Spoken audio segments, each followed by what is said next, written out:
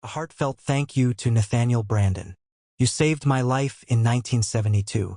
And by 1975, with your guidance and unwavering insistence, I had not only learned how to live, but how to truly embrace life. Without you, none of this would have been possible. None of the joy, none of the discovery, none of the journey that has made life so rich and meaningful. To my daughter, Cindy, thank you for simply being you. Your presence gives my journey its depth, its purpose. To Joanna, my wife, thank you for standing by me through every stage of this book's creation. Through time, through distance, through the moments of heartbreak and happiness, you endured everything a writer must put those closest to them through. To the colleagues, friends, and acquaintances who gave me what every writer needs most, honest, constructive feedback, thank you. After 5 years, I had lost sight of the bigger picture. You helped me see the forest again. And finally, to an unnamed stranger, the disco king of Bobby McGee's in Fullerton, California, one summer night in 1982, thank you. You erased the last shred of doubt I had about the power of body language. Don's working life began early. In 1952, at just 12 years old, he became the Saturday telephone operator in his small hometown of Shippenville, Pennsylvania, population 258. He earned a modest 10 cents an hour. By 16, he had spent a summer as an embalmer's assistant. The next summer, he was knee-deep in mud and oil, working in the cold and dangerous conditions of strip mining. Those 2 summers were enough to convince him education was the way forward. His studies took him through Clarion State, Penn State, USC, and Cal State Fullerton, where he earned a BA in philosophy. Later, he pursued an MA in psychology at Cal State Northridge, training under Nathaniel Brandon at the Biocentric Institute in Beverly Hills. By 1976, he was a licensed marriage, family, and child counselor, working alongside Brandon and maintaining a private practice. Then, in 1984, his writing career began. Over the years, Don lent his expertise to more than 20 aerospace, defense, and engineering firms. He also worked with the Republican National Committee and numerous political campaigns. Beyond his professional life, his passions ran deep. A lifelong fascination with anthropology, philosophy, astronomy, and cosmology shaped his view of the world. His love for Hawaii became a permanent commitment in 1996, and while his work often intersected with politics, he carried a deep disdain for bureaucracy and those who sought to exploit it. Today, he and his wife, Joanna, call the Big Island home, sharing their world with a turtle named Shelby and a rabbit named Peaches. We must, however, acknowledge, as it seems to me, that man, with all his noble qualities, with sympathy which feels for the most debased, with benevolence which extends not only to other men but to the humblest living creatures, with his godlike intellect which has penetrated into the movements and constitution of the solar system, with all these exalted powers, man still bears within his bodily frame the indelible stamp of his lowly origins. Charles Darwin. Better to have loved and lost than to have never loved at all. Alfred Tennyson. What's it all about? Most books on dating, relationships, and even body language are written by experts, people who study, analyze, and theorize. But this book is written by a doer, someone who has lived and breathed the very things you're about to learn. This isn't just another self-help guide. It's a how to book, a when to book, a what to book, and a who to book. For over 25 years, I've taught and practiced the art of courtship body language. And now, you're going to learn the facts, the ones you can put into action as soon as tomorrow morning. The fundamentals of verbal intercourse. When it comes to communication, certain truths are undeniable. Within the first 90 seconds of meeting you, people form 90% of their opinion about you. Communication is 60% nonverbal and 40% verbal. Of that verbal portion, only 10% comes from the words themselves. The remaining 30%, it's all in how those words are spoken, the inflection, the tone, the rhythm. Nonverbal communication is shaped by eye contact, posture, gestures, positioning, and even what you wear. But the most important fact? Nonverbal signals have 5 times the impact of verbal ones. The situation you want to get better at meeting, connecting with, and dating the right kind of person. Finding them. The simple, really stop looking in the wrong places. If you're searching in bars, clubs, or typical pickup spots, you're making things harder than they need to be. I'll explain where to look instead. Meeting them is not child's play, but it's not rocket science either. In just a few pages, you'll learn techniques that you can put to work this very weekend. Talking with them. Can you hold a basic conversation while picking up on the unspoken cues? If so, you're already ahead of the game. Once you know what to look for, the signals will become impossible to miss. Soon enough, you won't just be reading body language, you'll be sending the signals you want the other person to receive. Dating the right kind of person. This is where everything comes together: the body language, the practical strategies, the real-world methods that will help you identify and attract the right person for you. Is body language for real? More than a century ago, Charles Darwin observed that many human gestures carry the same meaning across cultures, and that some of those gestures are even shared with apes. Fast forward 70 years, and Dr. Ray Birdwhistell formalized the science of kinesics, the study of body language. But for me, the deepest understanding came from working with Nathaniel Branden and studying the works of Albert Shefflin and Gerald Nierenberg. So, is body language real? Absolutely. And soon you'll see it in action. Helpful hint if you skip the preface. Take a moment to read it now. It sets the stage, making everything you're about to learn easier to absorb and remember. The gender gap: men and women don't face the same challenges in dating. That's an understatement. A man's biggest struggle? Figuring out if a woman is truly interested in him. A woman's biggest challenge? Determining as quickly as possible whether he's a genuine person or a smooth-talking manipulator. Let's start with the woman's problem. The next chapter, Lies, Lies, or the Truth, dives right in. Men, pay close attention. If you want to improve at social interactions, the fastest way is to see things from a woman's perspective. Lies, Lies, or the Truth: courtship feels risky. Nobody wants to be rejected, humiliated, or hurt. That's why real people, people who truly care, often feel nervous when meeting someone they're genuinely drawn to. Sincere people stumble over their words, blush unexpectedly, or struggle to appear relaxed. Why? Because it matters. But those who play the game don't have that problem. To them, it is a game. There's no risk, no vulnerability, no fear of getting hurt, because they were never truly invested in the first place. How to recognize a sincere man: watch his body language. Is it aligned with what he's saying? If his words and actions don't match, pay attention. Ask subtle questions. Observe his gestures, his movements, the small, unconscious signals that never lie. Here are the key signs of sincerity. When standing, his feet are slightly apart, firmly planted. He makes eye contact, often and comfortably.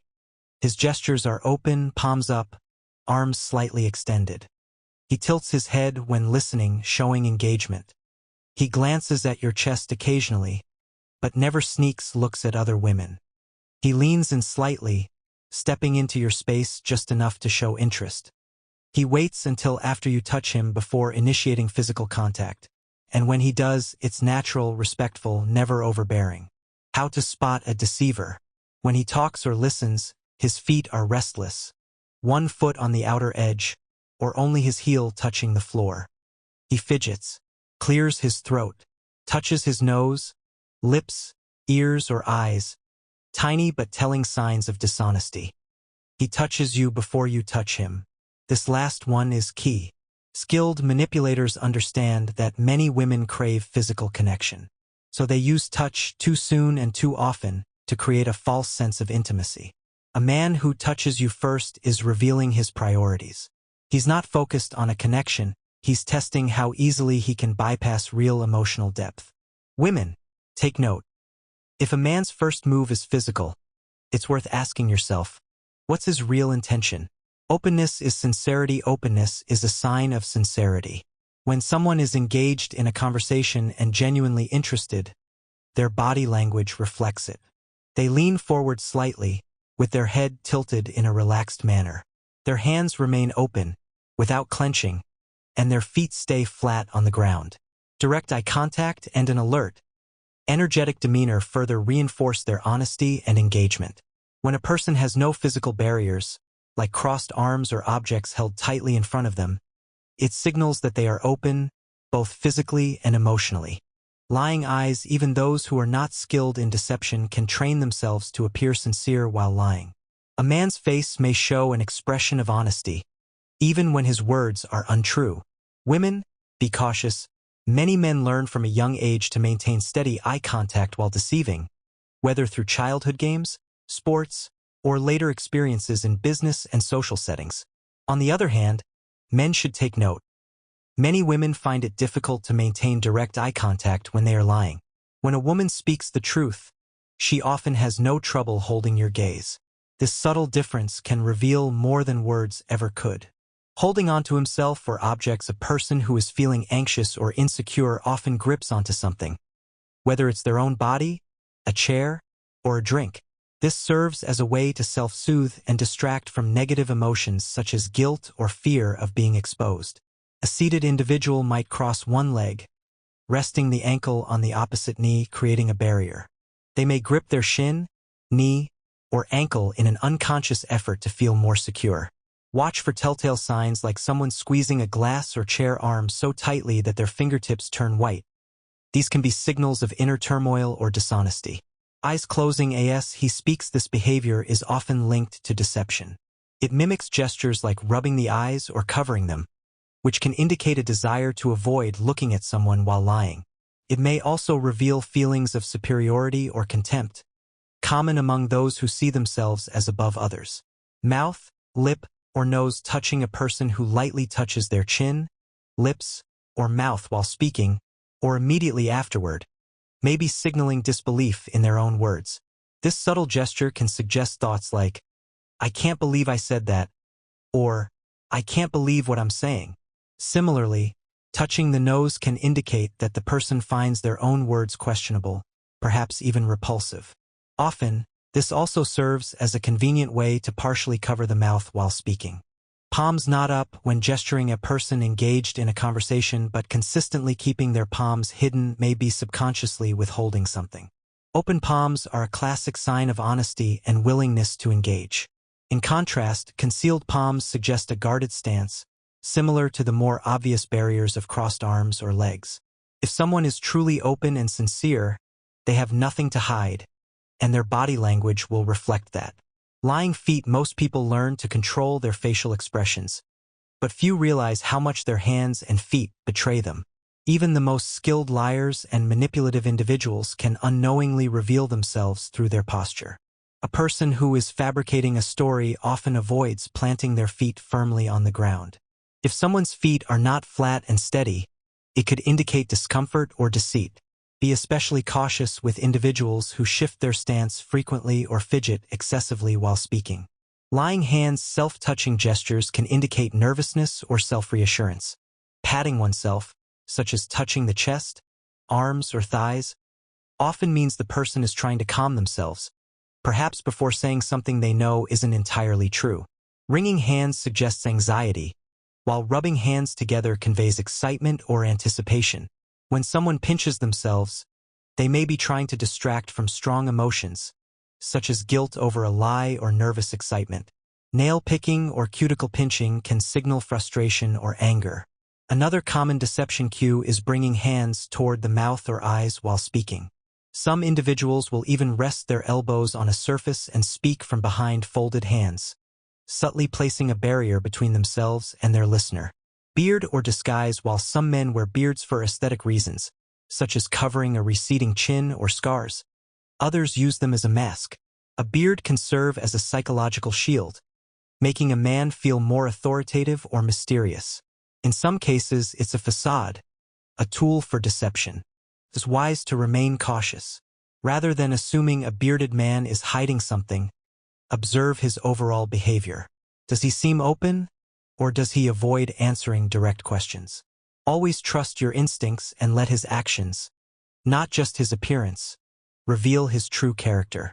Eyeglasses or masks. Many people wear glasses for practical reasons, but some use them to create a persona of intelligence or authority. Others might hide behind tinted lenses to avoid direct eye contact.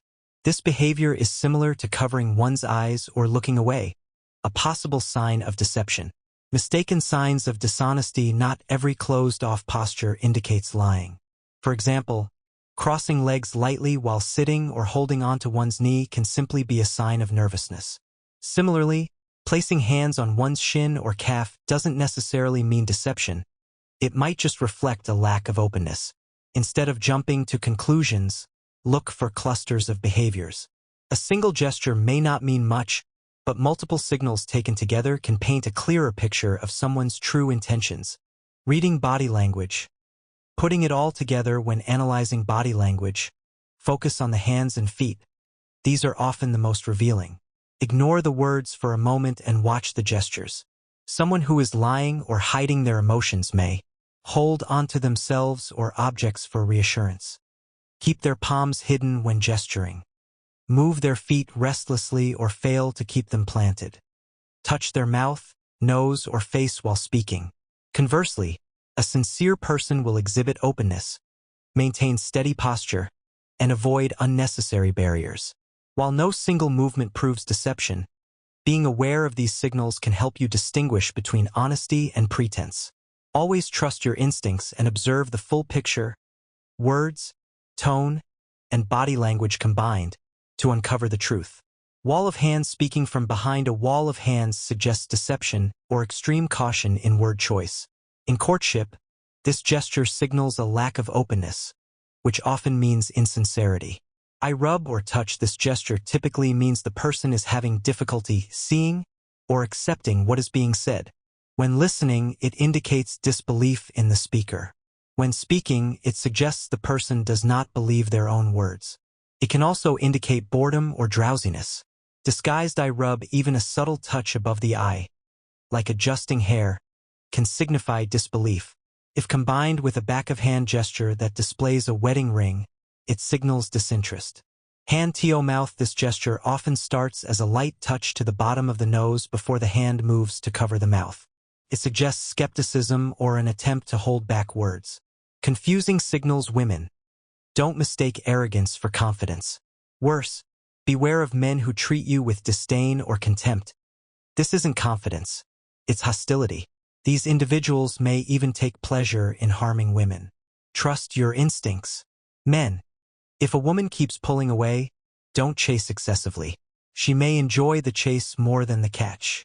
However, if she's playing catch me and I'm yours, persistence may be a test of sincerity. Understanding the difference between tests and games is crucial. It's not all nonverbal sometimes. The biggest clue of deception isn't body language but exaggerated verbal reassurances. Be wary of phrases like, I wouldn't lie to you. Let me be truthful with you. I'm serious. You can believe me. Such statements often signal dishonesty. Game players and manipulators. Eric Berne, founder of transactional analysis, explored manipulative behaviors in the games people play. Rappo. Some women act flirtatious and eager for intimacy but, when reciprocated, react with feigned outrage, often in front of an audience. This provides validation without the risk of involvement. Cavalier, homosexual or impotent men may adopt this strategy. They lead women on with charm and gallantry but reject advances with moral indignation, seeking attention without real commitment. Both types seek admiration rather than genuine connection. Hannibal and other cannibals as seen in Silence of the Lambs, skilled actors and seasoned liars, salespeople, politicians, manipulators, control their body language to match their words. Game players often appear supremely confident, relaxed, and poised, unlike genuine individuals who show excitement and nervousness. They also dress strategically to fit their role. Remember, if it seems too perfect, it probably is. Smart women, foolish choices despite strong intuition. Some women fail to recognize dishonesty. Several psychological factors contribute. Believing they don't deserve proper treatment. Tolerating bad behavior out of loneliness. Repeating patterns from childhood. Seeking validation from dysfunctional men. Whatever the reason, responsibility for choosing a trustworthy partner lies with the individual. Trust your instincts. If something feels wrong, it is. Body language in action. A real-life example. After watching The Thomas Crown Affair, Joanna and I discussed body language. Later, over wine, She suddenly noticed she was unconsciously stroking the stem of her glass, just as the character in the movie had done with a chess piece to signal attraction. Women. This subtle gesture can be a powerful cue of interest. Men. Running a finger around the rim of a glass or lightly touching your lips can send a similar signal. A suggestion for women, though written from a male perspective, women can benefit by understanding how men interpret their signals. Awareness can help simplify courtship and foster clearer connections. What is body language? You cannot not communicate. No matter where you are or what you're doing, your body is constantly sending signals. Imagine you're in Moscow, returning to your hotel room after a long day of sightseeing. Suddenly, a wild-eyed man bursts in, waving a pistol and shouting in Russian. You don't speak the language, but do you fumble for a dictionary? No. Instinct takes over. You raise your hands, trying to appear non-threatening. Your voice trembles as you plead, "Take my money. Please don't hurt me." Even without understanding a single word, you're communicating through body language. Animals and children are natural experts in this silent language. A cat knows when its owner is angry, indifferent, or about to feed it. A child can sense when their mother is happy or when their father isn't telling the truth. They haven't studied body language, yet they understand it perfectly. But as we grow older, culture and social conditioning dull this natural ability. Every gesture, every shift in posture, every subtle movement conveys a message. The way you cross your arms, tap your foot, or avoid eye contact, these things speak louder than words. Your appearance, too, sends strong signals. Hair, glasses, accessories, tattoos, and clothing shape the impression you make. The way you're dressed doesn't just influence how people perceive you, it dictates how they respond to you. John Malloy, in Dress for Success, puts it simply, clothes are a tool you use to control how others react to you and how they treat you. From the moment you step into a room, you're broadcasting your emotional state. Even if you sit perfectly still, trying to hide what you feel, your very effort to conceal it becomes a loud declaration. Women, in particular, have an edge in reading body language. Science shows that the connection between the left and right hemispheres of a woman's brain is larger than in a man's, allowing them to integrate rational thought with emotional perception more effectively. This is what we call intuition. As Rudyard Kipling said, "A woman's guess is much more accurate than a man's certainty." Understanding these dynamics can transform your social interactions. Consider these fundamentals. People form 90% of their opinion about you in the first 90 seconds. Communication is 60% nonverbal and 40% verbal. Of the verbal portion, only 10% is the actual words. The remaining 30% comes from tone and inflection. Nonverbal signals carry 5 times the impact of spoken words. Retained information is absorbed 85% visually, 10% through hearing, and 5% through other senses. When verbal and nonverbal messages align, the listener believes them. When they don't, body language wins. This understanding extends beyond daily interactions. Consider the Watergate hearings in 1973. As an intern studying body language, I watched the testimony of John Mitchell, the Attorney General, with unease. His words said one thing, but his gestures told another story. Again and again, he touched his mouth or eye, closed his eyes while speaking, classic signs of deception. One day, someone muted the television. Without sound, it became obvious. He was lying. Every observer in the room saw it instantly. Eventually, Mitchell was convicted and others followed. Body language can reveal the truth even when words try to obscure it. Today, trained jury consultants coach witnesses to keep their hands away from their faces, but under pressure, the body betrays the mind. Try this yourself, watch interviews and political speeches with the sound off. Observe how body language conveys what words alone cannot. Now, let's talk about one of the most important applications of body language. Attraction. A woman across the room sends signals before a single word is spoken. A sidelong glance, a subtle smile, an alert shift in posture. She might touch her hair, tilt her head, or angle her body toward the person she's interested in. As the moment progresses, she removes barriers. A wine glass is placed aside, glasses are taken off. A slight lean forward, an open hand, uncrossed legs, all signs of openness and readiness. Conversely, disinterest is just as clear. No lingering eye contact, no subtle preening. A body turned away, a neutral expression, arms folded in a protective stance. Men, paying attention to these signals can save you from an awkward rejection. Women, you have the power to steer interactions before they begin, guiding or discouraging interest without a single spoken word. Sidelong glance. Both men and women announce their interest by sneaking a peek. It begins with a look out of the corner of their eyes. The next time they look at you, they turn their head in your direction ever so slightly. The first sidelong glance is to see if you're worth looking at again. The second glance is to verify what they saw out of the corner of their eyes. When they look at you again, they are deciding if you are worth talking with. Looks at you a few times. Both sexes follow sidelong glances by looking directly at the person a few times, but only for the socially appropriate length of time. They are verifying what they saw when sneaking a peek. The more often they look, the greater the interest. As with sidelong glances, they are still evaluating you. Hold your gaze briefly. The person stares at you until you look at them. Then they hold your gaze for longer than is socially expected. The way a woman breaks off this type of eye contact is significant. Downcast eyes. Women, if you are interested, look down before looking away.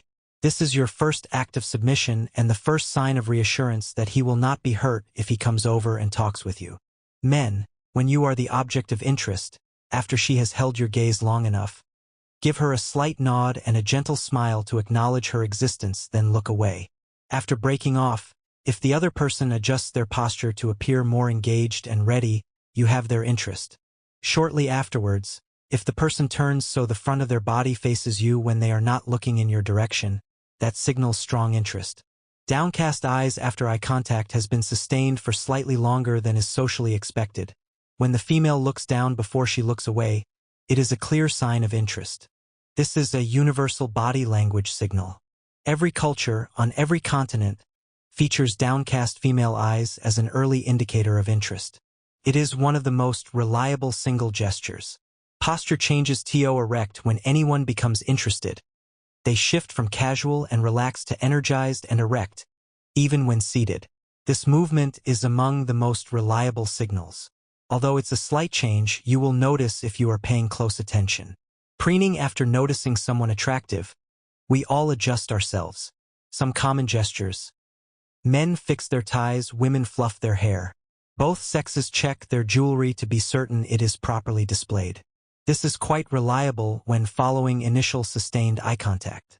Tilts head. When someone looks at you, holds your gaze briefly, then tilts their head, it means they are interested as well as seriously considering you. However, if a tilted head is not preceded by other signs of interest, it usually signifies curiosity. A tilted head during conversation is explained shortly. Turns body toward you. The interested person turns toward you, but does not look directly in your direction. This is a subconscious display of attraction. The woman subtly highlights her features, while the man subtly displays his chest and shoulders, the very source of his physical strength, and even hints at his more private assets. This gesture is powerfully reliable when following sustained eye contact and a bit of preening. Moves hand to her hip. Usually, this happens after she has turned her body to face you and the two of you have exchanged signs of interest. When she places her hand on her hip, she is silently saying, "Well, are you confident enough to come over here?" It can also be the opening move in a carefully orchestrated playful game. Thrusts breasts. She subtly adjusts her shoulders so that her breasts are more noticeable. Often, this comes right before or after the hand-to-hip gesture. In doing so, she's silently asking, "What do you think of me?" This can also be the beginning of a carefully timed playful exchange. Eyes narrow slightly. The interested person's eyes narrow slightly when looking at you. This sharpens their focus and allows them to examine you carefully. It can occur anytime after they are done sneaking a peek. This sign is reliable only when associated with other signals of interest. It might also simply indicate that their vision needs a little adjustment. Tugs, twists at ring. Sometimes, anyone wearing a ring that signifies commitment will subconsciously pull or twist the ring if they become interested in you. they are not signaling you directly. Rather, they are making a symbolic gesture of setting aside that commitment while they quietly admire you. Smiles from across the room. Any smile is a welcome sign of interest. The best smile is not a big, broad, overly friendly smile, even though that's a wonderful beginning. The smile to notice is a subtle, sensual one. The person's eyes narrow and their mouth is only slightly open so that their teeth are only partially seen. It's hard to miss and extremely reliable when it follows any other signs of interest. Matches your posture. When people are in the same emotional space, they tend to adopt similar postures, whether standing or sitting. If someone adjusts their posture to mirror yours, it probably means they are interested. Such a change typically happens after several signs of interest have been exchanged, though it can occur at any time. It is reliable only when it follows other signs of interest. Eyes sparkle. Everyone's eyes sparkle when they are interested and excited. From across the room, this can be a subtle signal, but if you focus on the other person's eyes, you might catch that striking change as it happens, even from a distance. This shift usually occurs just after the person moves from a relaxed state to one of readiness. It is an extremely reliable indicator, even if it takes some effort to notice. Licks her lips sometimes. This occurs while she is adjusting her appearance. But more often, it happens after a sustained exchange of signals. It is a subconscious sign that she anticipates your lips meeting hers. Like most other signs, it is reliable only when it follows other signals and is commonly seen in playful exchanges. Clusters of gestures believe only half of what you see and none of what you hear. The opening quote is not exactly right when you're trying to decipher what someone is nonverbally communicating. One gesture alone is not a message. One shift in posture is not a message. A single movement does not convey the full story. Instead, look for 3 or more signs of interest that appear together as a cluster. Consider a scenario at a wedding reception. When your eyes first meet, she holds your gaze, narrows her eyes, shifts into a more alert posture, smiles, then looks down to break eye contact. Your first thought might be, "Great, but hold on a moment." In reality, she might be feeling a bit self-conscious, perhaps thinking, "Oh dear, is that overly forward Hyman Ross?" As she squints slightly to see more clearly. Not quite sure, she might then get ready to excuse herself to the restroom before you have a chance to approach. Then offers a reserved smile and looks down, a bit embarrassed by her own vanity. One single cluster of gestures cannot be fully relied upon. To be certain of her interest, wait until you see another cluster. However, when she initially shows interest, reciprocate with a cluster of your own.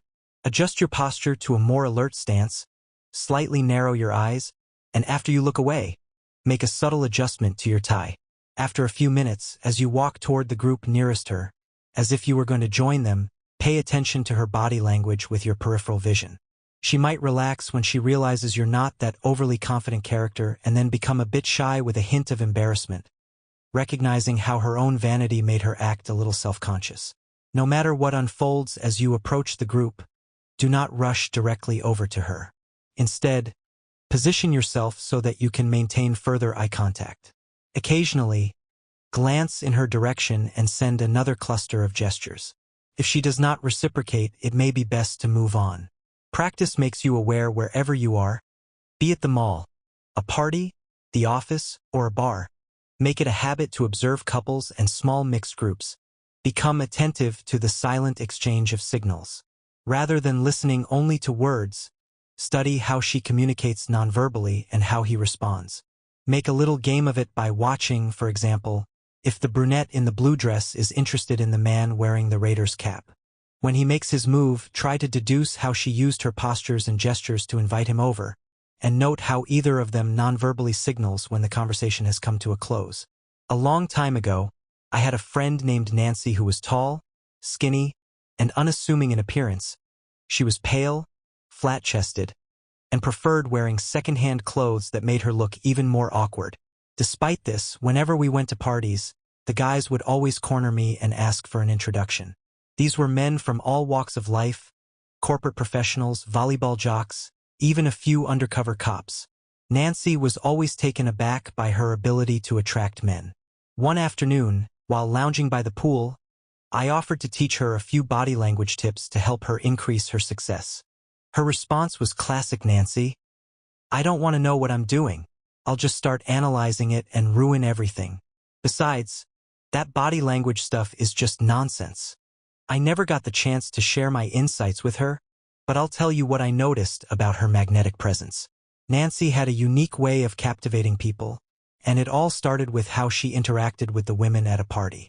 She'd circulate, engaging in lighthearted conversations, gossiping, joking, and even poking fun at serious topics like sex, men, and politics.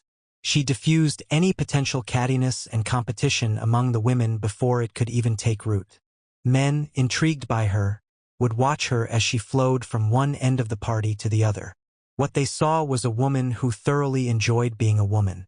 And beyond that, she exuded sensuality, reveling in being looked at with desire. But most of all, she radiated a zest for life that was impossible to ignore. And all of this, without saying a single word, was communicated through body language. From the start, Nancy's charm with the women was built on subtle yet powerful body language cues. She used the same gestures and signals that might be used by an effeminate man. In other words, when she was talking to a woman, she was also flirting with her. But regardless of who she was talking to, Nancy's most striking body language was her energetic, upright posture. As she engaged with one person after another, her head would tilt from one side to the other, and she'd touch whoever she was talking to as often as possible. She smiled the brightest smiles and laughed the loudest laughs, even over the smallest jokes. Her posture was always open, one hand resting on her hip, the other holding her drink low at her side. And no matter who she was looking at, Nancy made eye contact, direct, powerful eye contact. If the person she was eyeing was an attractive man, she'd look at him for a moment, then shyly look down and turn away, as if embodying a little girl's shyness. But almost immediately, she would regain her confidence and continue with her lively, radiant movements. If you know a woman like Nancy, someone who might not be striking in a traditional sense but has an effortless ability to attract men, watch her carefully. Study her gestures and posture, and you'll soon realize how she does it. She might not be able to explain it herself, as it's something she's learned intuitively over time, simply by observing the women around her who were experts in this subtle art of body language. Here's a quick summary of what works. Frequent eye contact. The more, the better. How long the gaze is held. The longer, the better. Breaking eye contact. Looking down before looking away is a good signal. Bright, shining eyes. The brighter, the more captivating. Body orientation. Facing toward someone is great. Posture. Always erect and alert. Tilting your head. Keep it vertical, avoid slouching. Holding your drink. Don't hold it high as a barrier. Hand gestures. Open hands, caressing, or stroking are positive, while clenched hands or pinching are not. This is just the beginning of understanding how body language can shape interactions, and it's something you can begin to practice and notice in others right away. Also, please take a few seconds to read Darwin's quote at the beginning of the next chapter. What is body language? You cannot not communicate. No matter where you are or what you're doing, your body is constantly sending signals. Imagine you're in Moscow, returning to your hotel room after a long day of sightseeing. Suddenly, a wild-eyed man bursts in, waving a pistol and shouting in Russian. You don't speak the language, but do you fumble for a dictionary? No. Instinct takes over. You raise your hands, trying to appear non-threatening. Your voice trembles as you plead, "Take my money. Please don't hurt me." Even without understanding a single word, you're communicating through body language.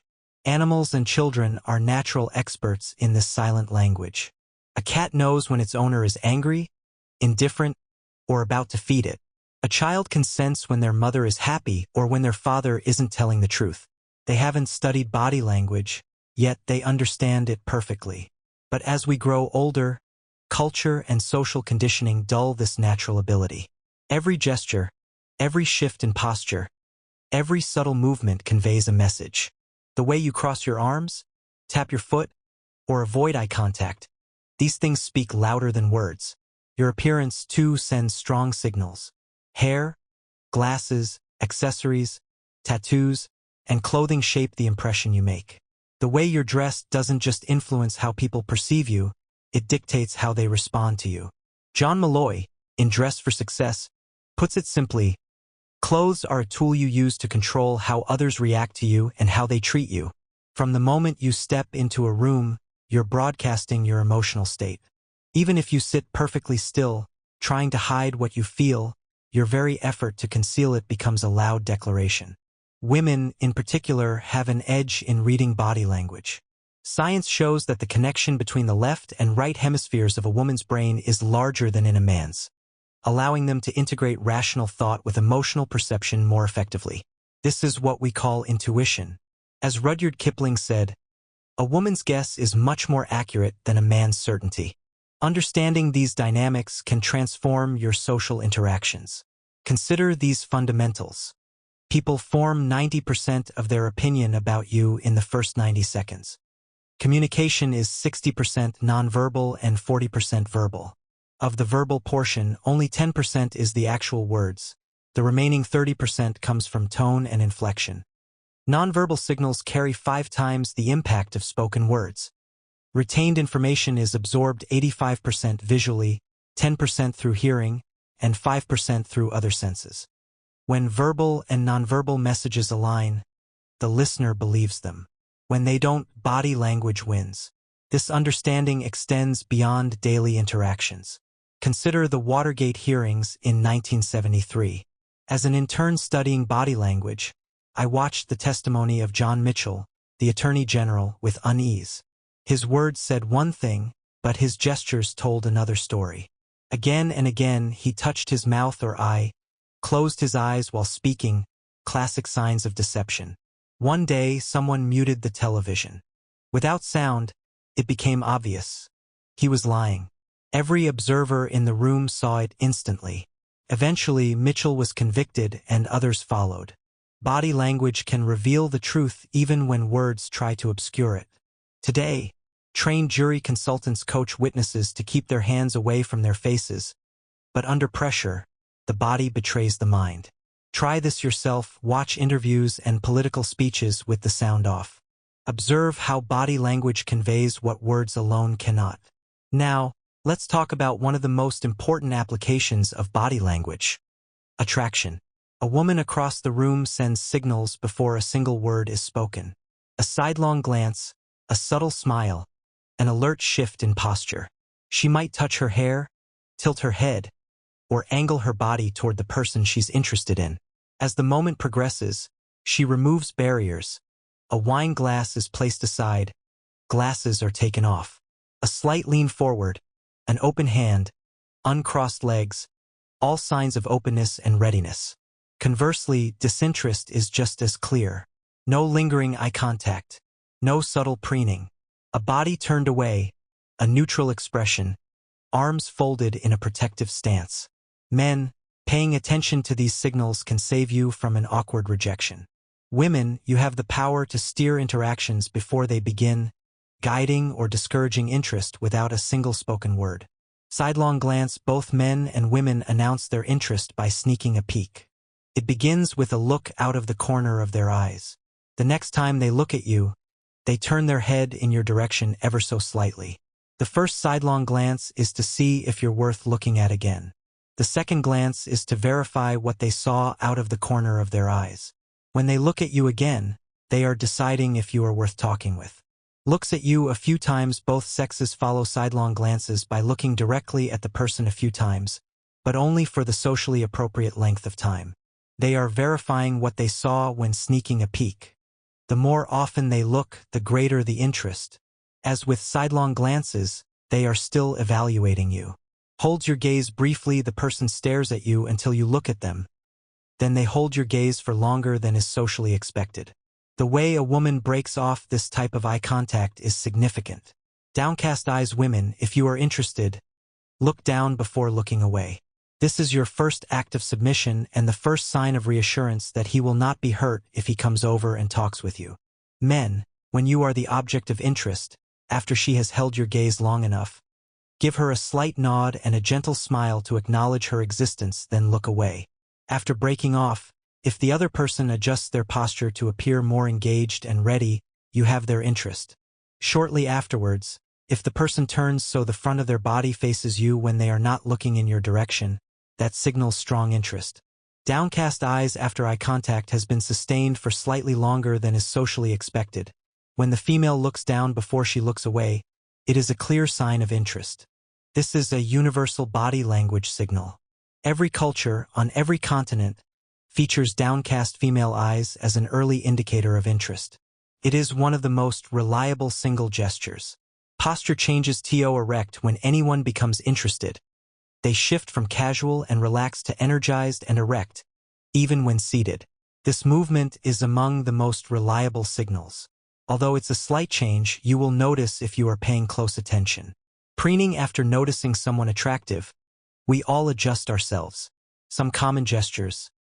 Men fix their ties, women fluff their hair. Both sexes check their jewelry to be certain it is properly displayed. This is quite reliable when following initial sustained eye contact. Tilts head when someone looks at you, holds your gaze briefly, then tilts their head. It means they are interested as well as seriously considering you. However, if a tilted head is not preceded by other signs of interest, it usually signifies curiosity. A tilted head during conversation is explained shortly. Turns body toward you. The interested person turns toward you, but does not look directly in your direction. This is a subconscious display of attraction. The woman subtly highlights her features, while the man subtly displays his chest and shoulders, the very source of his physical strength, and even hints at his more private assets. This gesture is powerfully reliable when following sustained eye contact and a bit of preening. Moves hand to her hip usually.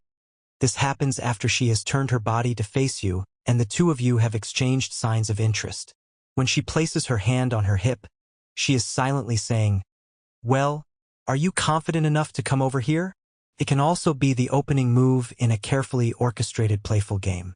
Thrusts breasts. She subtly adjusts her shoulders so that her breasts are more noticeable. Often, this comes right before or after the hand-to-hip gesture. In doing so, she's silently asking, "What do you think of me?" This can also be the beginning of a carefully timed playful exchange. Eyes narrow slightly. The interested person's eyes narrow slightly when looking at you. This sharpens their focus and allows them to examine you carefully. It can occur any time after they are done sneaking a peek. This sign is reliable only when associated with other signals of interest. It might also simply indicate that their vision needs a little adjustment. Tugs, twists at ring sometimes. Anyone wearing a ring that signifies commitment will subconsciously pull or twist the ring if they become interested in you. They are not signaling you directly. Rather, they are making a symbolic gesture of setting aside that commitment while they quietly admire you. Smiles from across the room. Any smile is a welcome sign of interest. The best smile is not a big, broad, overly friendly smile, even though that's a wonderful beginning. The smile to notice is a subtle, sensual one. The person's eyes narrow and their mouth is only slightly open so that their teeth are only partially seen. It's hard to miss and extremely reliable when it follows any other signs of interest. Matches your posture. When people are in the same emotional space, they tend to adopt similar postures, whether standing or sitting. If someone adjusts their posture to mirror yours, it probably means they are interested. Such a change typically happens after several signs of interest have been exchanged, though it can occur at any time. It is reliable only when it follows other signs of interest. Eyes sparkle. Everyone's eyes sparkle when they are interested and excited.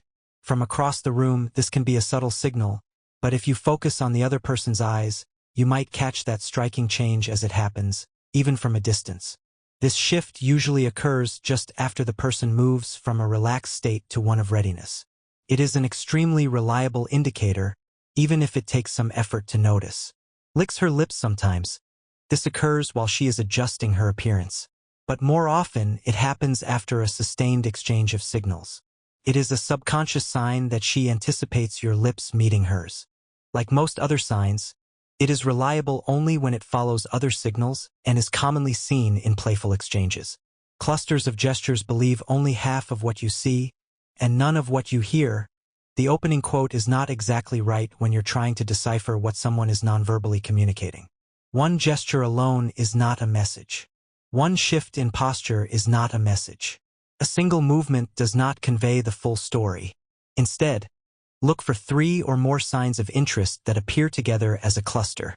Consider a scenario at a wedding reception. When your eyes first meet, she holds your gaze, narrows her eyes, shifts into a more alert posture, smiles, then looks down to break eye contact. Your first thought might be, "Great, but hold on a moment." In reality, she might be feeling a bit self-conscious, perhaps thinking, "Oh dear, is that overly forward Hyman Ross?" As she squints slightly to see more clearly. Not quite sure, she might then get ready to excuse herself to the restroom before you have a chance to approach. Then offers a reserved smile and looks down, a bit embarrassed by her own vanity. One single cluster of gestures cannot be fully relied upon. To be certain of her interest, wait until you see another cluster. However, when she initially shows interest, reciprocate with a cluster of your own. Adjust your posture to a more alert stance, slightly narrow your eyes, and after you look away, make a subtle adjustment to your tie. After a few minutes, as you walk toward the group nearest her, as if you were going to join them, pay attention to her body language with your peripheral vision.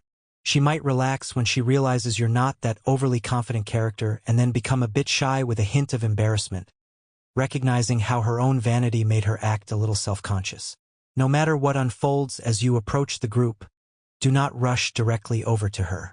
Instead, position yourself so that you can maintain further eye contact. Occasionally, glance in her direction and send another cluster of gestures. If she does not reciprocate, it may be best to move on. Practice makes you aware wherever you are, be it the mall, a party, the office, or a bar.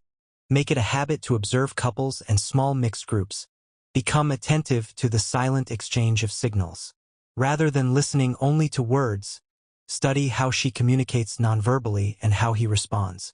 Make a little game of it by watching, for example, if the brunette in the blue dress is interested in the man wearing the Raiders cap. When he makes his move, try to deduce how she used her postures and gestures to invite him over, and note how either of them nonverbally signals when the conversation has come to a close. A long time ago, I had a friend named Nancy who was tall, skinny, and unassuming in appearance. She was pale, flat-chested, and preferred wearing second-hand clothes that made her look even more awkward. Despite this, whenever we went to parties, the guys would always corner me and ask for an introduction. These were men from all walks of life, corporate professionals, volleyball jocks, even a few undercover cops. Nancy was always taken aback by her ability to attract men. One afternoon, while lounging by the pool, I offered to teach her a few body language tips to help her increase her success. Her response was classic Nancy. "I don't want to know what I'm doing. I'll just start analyzing it and ruin everything. Besides, that body language stuff is just nonsense." I never got the chance to share my insights with her, but I'll tell you what I noticed about her magnetic presence. Nancy had a unique way of captivating people, and it all started with how she interacted with the women at a party. She'd circulate, engaging in lighthearted conversations, gossiping, joking, and even poking fun at serious topics like sex, men, and politics. She diffused any potential cattiness and competition among the women before it could even take root. Men, intrigued by her, would watch her as she flowed from one end of the party to the other. What they saw was a woman who thoroughly enjoyed being a woman. And beyond that, she exuded sensuality, reveling in being looked at with desire. But most of all, she radiated a zest for life that was impossible to ignore. And all of this, without saying a single word, was communicated through body language. From the start, Nancy's charm with the women was built on subtle yet powerful body language cues. She used the same gestures and signals that might be used by an effeminate man. In other words, when she was talking to a woman, she was also flirting with her. But regardless of who she was talking to, Nancy's most striking body language was her energetic, upright posture. As she engaged with one person after another, her head would tilt from one side to the other, and she'd touch whoever she was talking to as often as possible. She smiled the brightest smiles and laughed the loudest laughs, even over the smallest jokes. Her posture was always open, one hand resting on her hip, the other holding her drink low at her side. And no matter who she was looking at, Nancy made eye contact, direct, powerful eye contact. If the person she was eyeing was an attractive man, she'd look at him for a moment, then shyly look down and turn away, as if embodying a little girl's shyness. But almost immediately, she would regain her confidence and continue with her lively, radiant movements. If you know a woman like Nancy, someone who might not be striking in a traditional sense but has an effortless ability to attract men, watch her carefully. Study her gestures and posture, and you'll soon realize how she does it. She might not be able to explain it herself, as it's something she's learned intuitively over time, simply by observing the women around her who were experts in this subtle art of body language. Here's a quick summary of what works.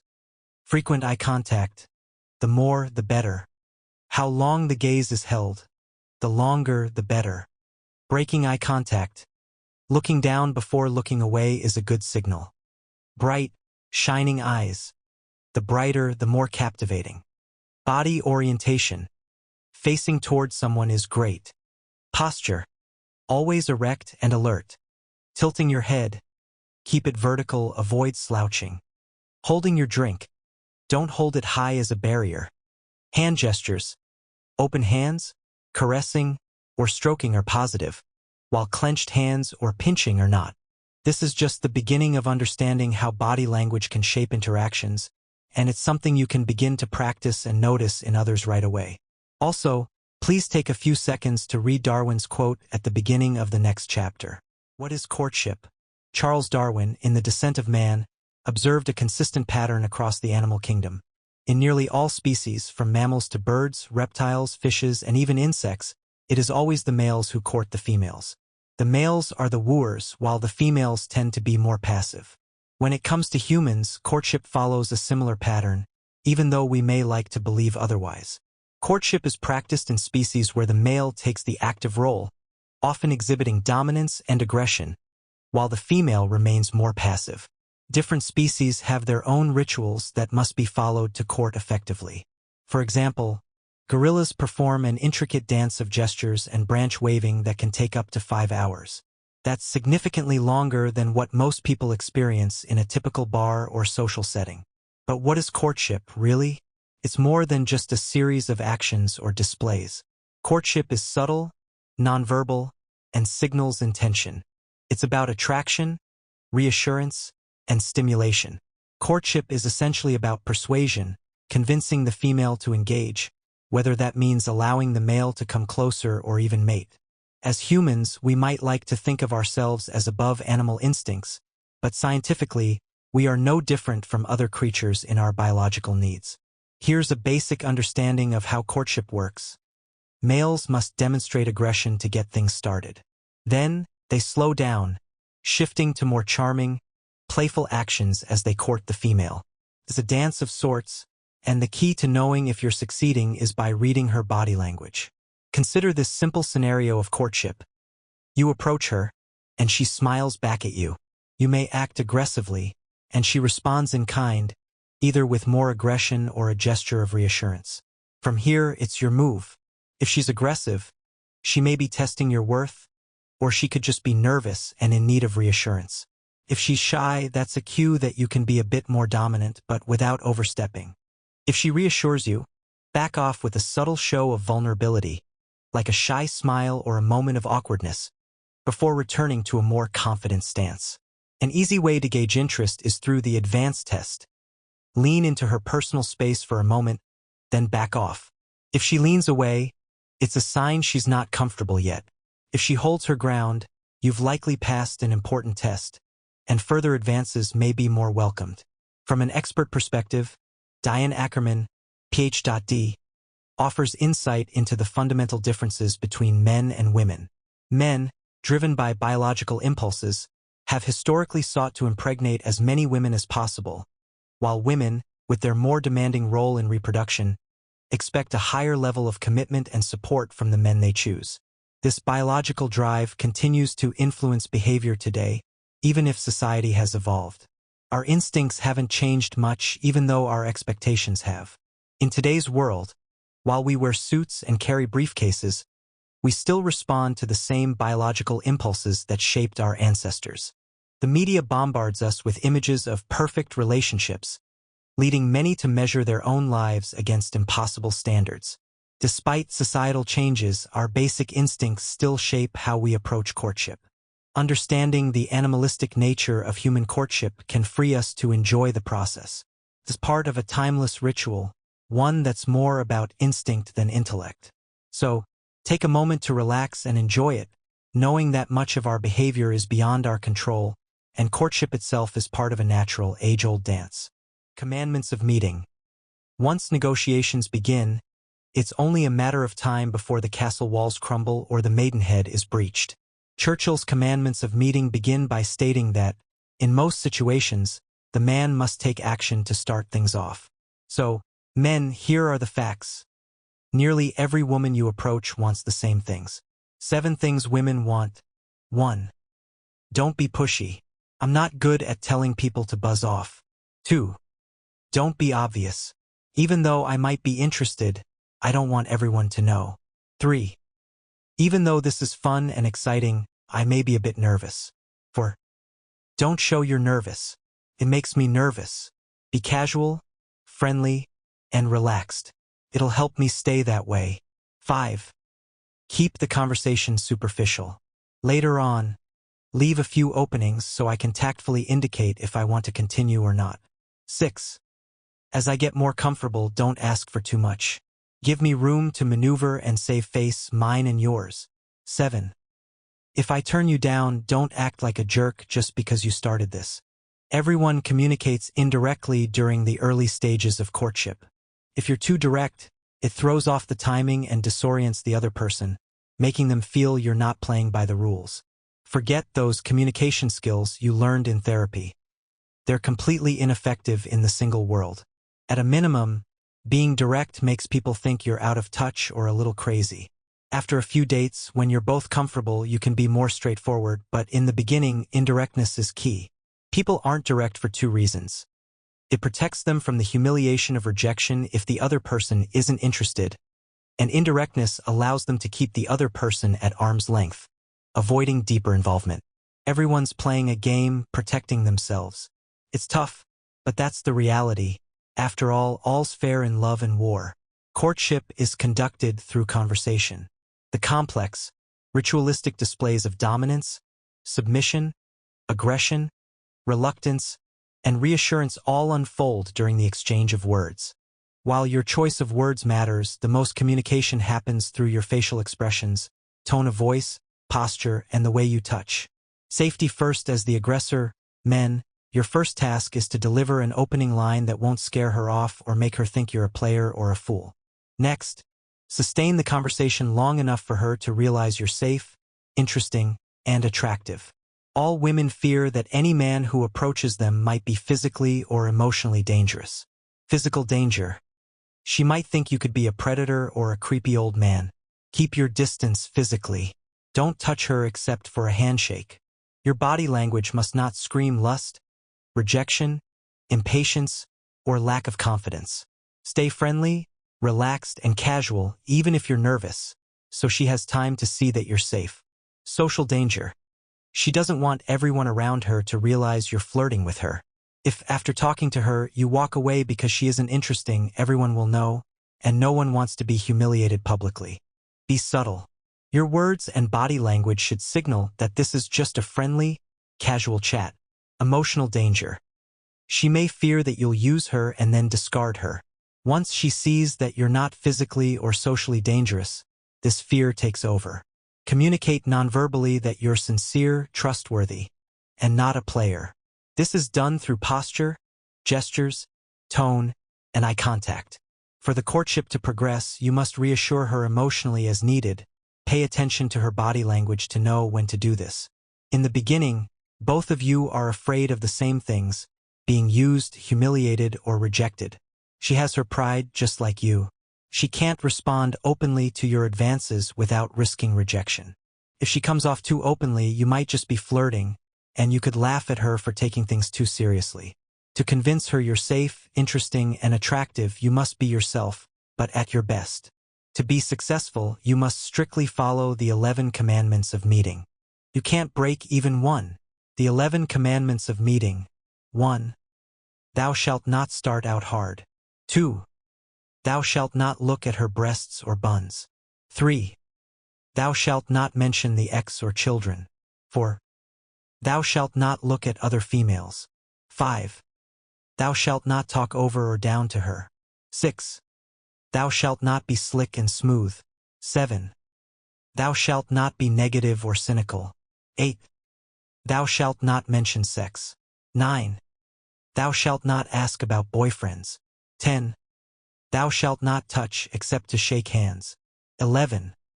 Thou shalt not reveal a standing interest in her. To succeed, you must be aware of what is being communicated both verbally and non-verbally. While the next chapter is written mainly for men, assertive women can also use these strategies during their first conversations without words. Conversations without words. Through the eyes, love reaches the heart, for the eyes are the scouts of the heart. They venture forth, seeking what would please the heart to possess.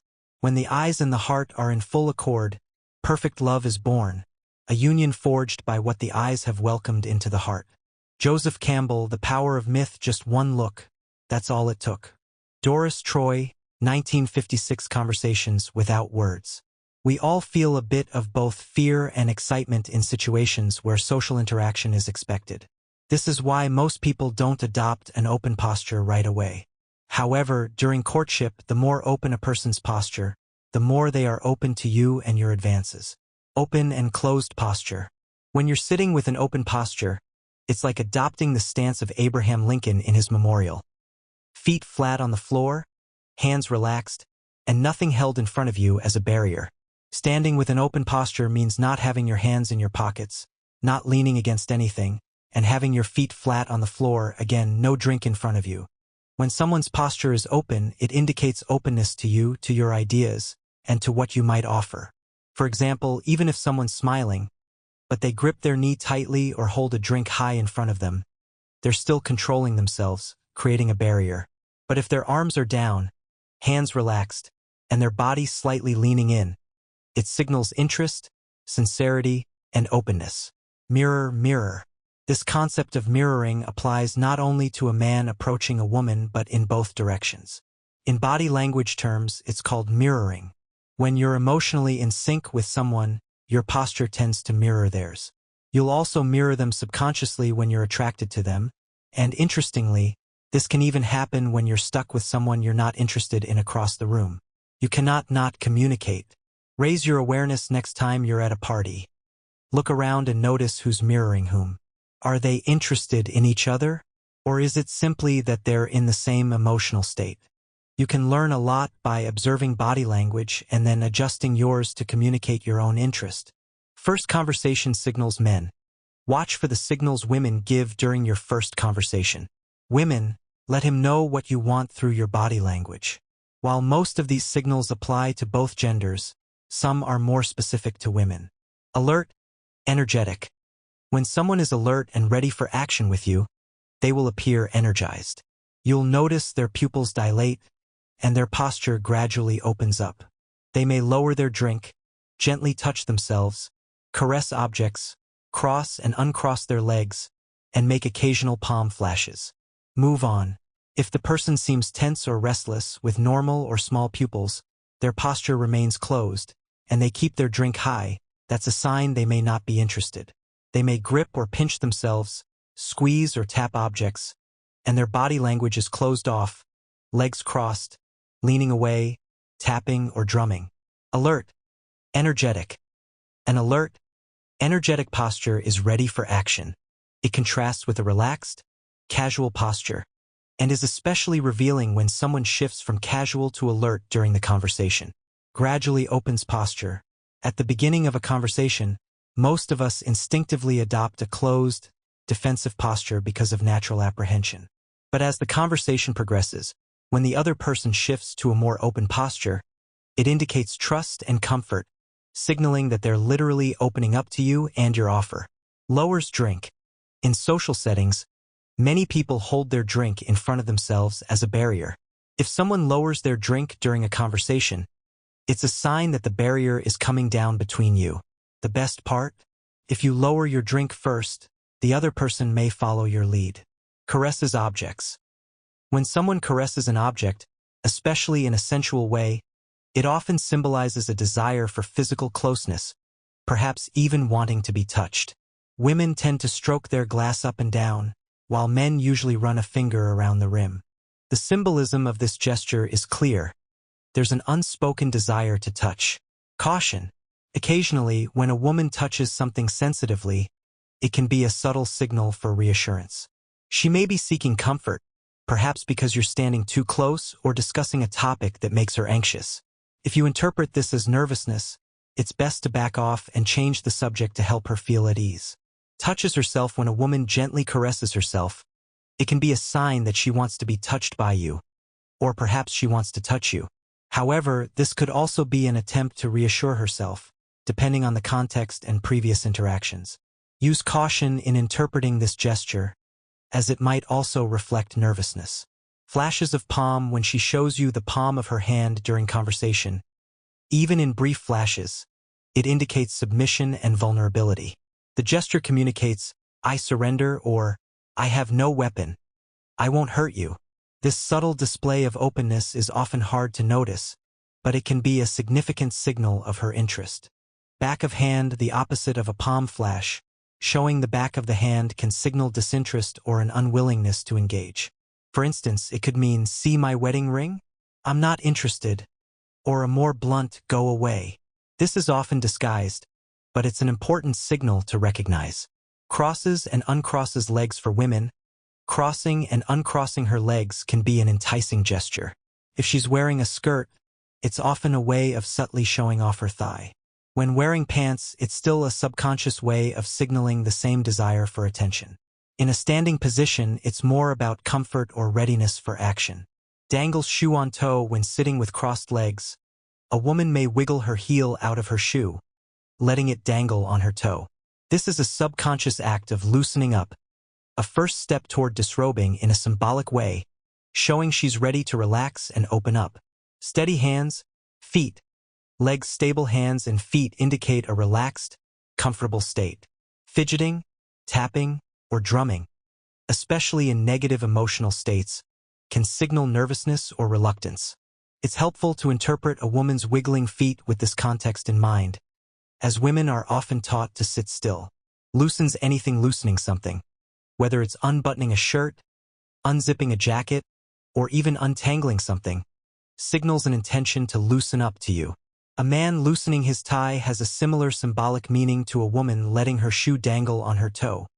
It's a form of symbolic disrobing. Leans forward. Leaning forward during a conversation is a clear sign of engagement. It shows the person wants to hear what you have to say, see you more clearly, and be closer to you. This is a powerful, reliable gesture that communicates strong interest. She touches you for any reason. When a woman touches you, whether accidentally or on purpose, it's a strong signal of interest. Men, take note. If a woman touches you first, even lightly, it's a sign that she's interested. Women sometimes initiate touch while passing by, making their way to the bar or restrooms. Attention men. Be mindful that women who are rapo players may touch men early and often. Similarly, men who touch women before they've touched them may be manipulative or untrustworthy. Pay attention to the sequence of touch. It often reveals deeper intentions. Hands never touch face. If someone touches their face, especially around the neck or above, it's often a sign of dishonesty or disbelief in what is being said. This gesture suggests the person may not fully trust the conversation. Feet firmly on the floor. Feet that are planted firmly on the floor show stability and confidence. This body language indicates that the person is grounded, committed, and ready for action. On the other hand, feet that are not firmly grounded, tapping or on tiptoes, often signal uncertainty or anxiety. Coming from the same place for effective communication, it's important that you and the other person are in similar emotional states. If you're confident but the other person is nervous, the conversation will likely be uncomfortable. In the context of courtship, Appearing to be on the same emotional wavelength can foster better connection and engagement. Move from closed to open when interacting with someone whose posture is closed. Start by matching their posture. This shows you're on the same wavelength. Gradually open up your posture one small step at a time. If she doesn't follow your lead toward openness, it's a sign that she's either not ready or not interested. If the conversation is flowing well and the vibes are positive, continue adjusting your posture slowly, giving her time to realize that you're safe and possibly interesting. Only once she feels comfortable and perceives you as both safe and interesting can she begin to find you attractive. From closed to open and beyond, if you're in a situation where the other person is not in an open posture, it's your opportunity to lead. First, adjust your stance to mirror theirs. As the conversation continues, make small, gradual shifts to open up your posture. This often causes the other person to mirror you subconsciously, leading them to open up as well. For example, a man might start by adopting the same closed posture as the woman. Then, he might shift to a semi-open posture by uncrossing his arms and placing his hands in his pockets. Finally, he might go a step further, fully opening up by putting his hands behind his back, signaling vulnerability. This approach can encourage the woman to mirror his open posture. Women, too, can adopt a similar strategy. When a woman opens up her posture, it can cause her breasts to protrude slightly, which naturally catches a man's attention. It also signals that she's open and possibly submissive, which can make her appear safe and approachable. Signs of interest in the progression from closed to open posture. You can see many subtle signs of interest. For example, a woman may begin with her arms crossed and her feet locked under her chair.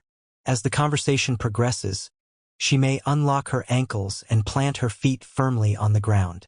Her body may lean forward toward the man, signaling engagement and interest. As she uncrosses her arms, her hands may relax, and she may even lean in closer. In more advanced stages, she might touch herself sensuously, signaling deeper interest. Further conversations without words. After an initial conversation, the nonverbal signals exchanged are often processed subconsciously.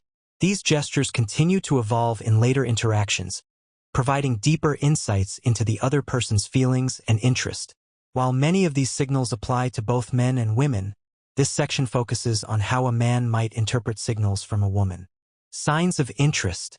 Keeps eyes on you. A key indicator that the person is focused on you. If accompanied by other signs of interest, it's a reliable signal. Head tilts farther.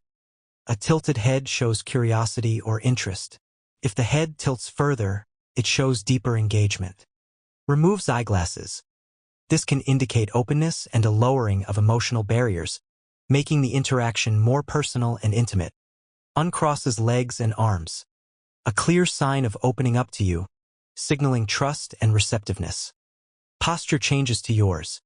When someone mirrors your posture, it indicates emotional alignment with you. Sucks straw, looks at you. A very direct sign of interest, with added sensuality. Caution. Women who use this gesture may be playing games. Turns body toward you. A powerful gesture of interest and attraction. It shows vulnerability and openness. Smiles broadly and often. A broad smile signifies enjoyment and engagement in the conversation. Hands open, relaxed. Open hands suggest openness and receptiveness, while clenched hands indicate fear or anger. Reassurance signals. Women often require reassurance to feel confident about their attractiveness and the intentions of their conversational partner. If a woman is uncomfortable, she may not show it directly but will display subtle signs of unease, such as averts her eyes. She may look away when you make strong advances. Nervous smile. Indicates discomfort with the situation. Leans or backs away. Suggests you're too close, either physically or emotionally. Touches throat, necklace. Could indicate nervousness or discomfort. Fidgets or looks around. A sign of unease or trying to disengage. Raises drink in front of her. A subtle barrier that signals a need for space. When you're coming on too strong. If a woman exhibits any of these signs, it's crucial to back off and reassess your approach. Leans or backs away. She's signaling discomfort or distance. Touches mouth, eyes, or ears. These gestures indicate disbelief, hesitation, or the desire to avoid emotional connection. Changes posture. If she begins to turn away or close off, it signals that the interaction is too intense.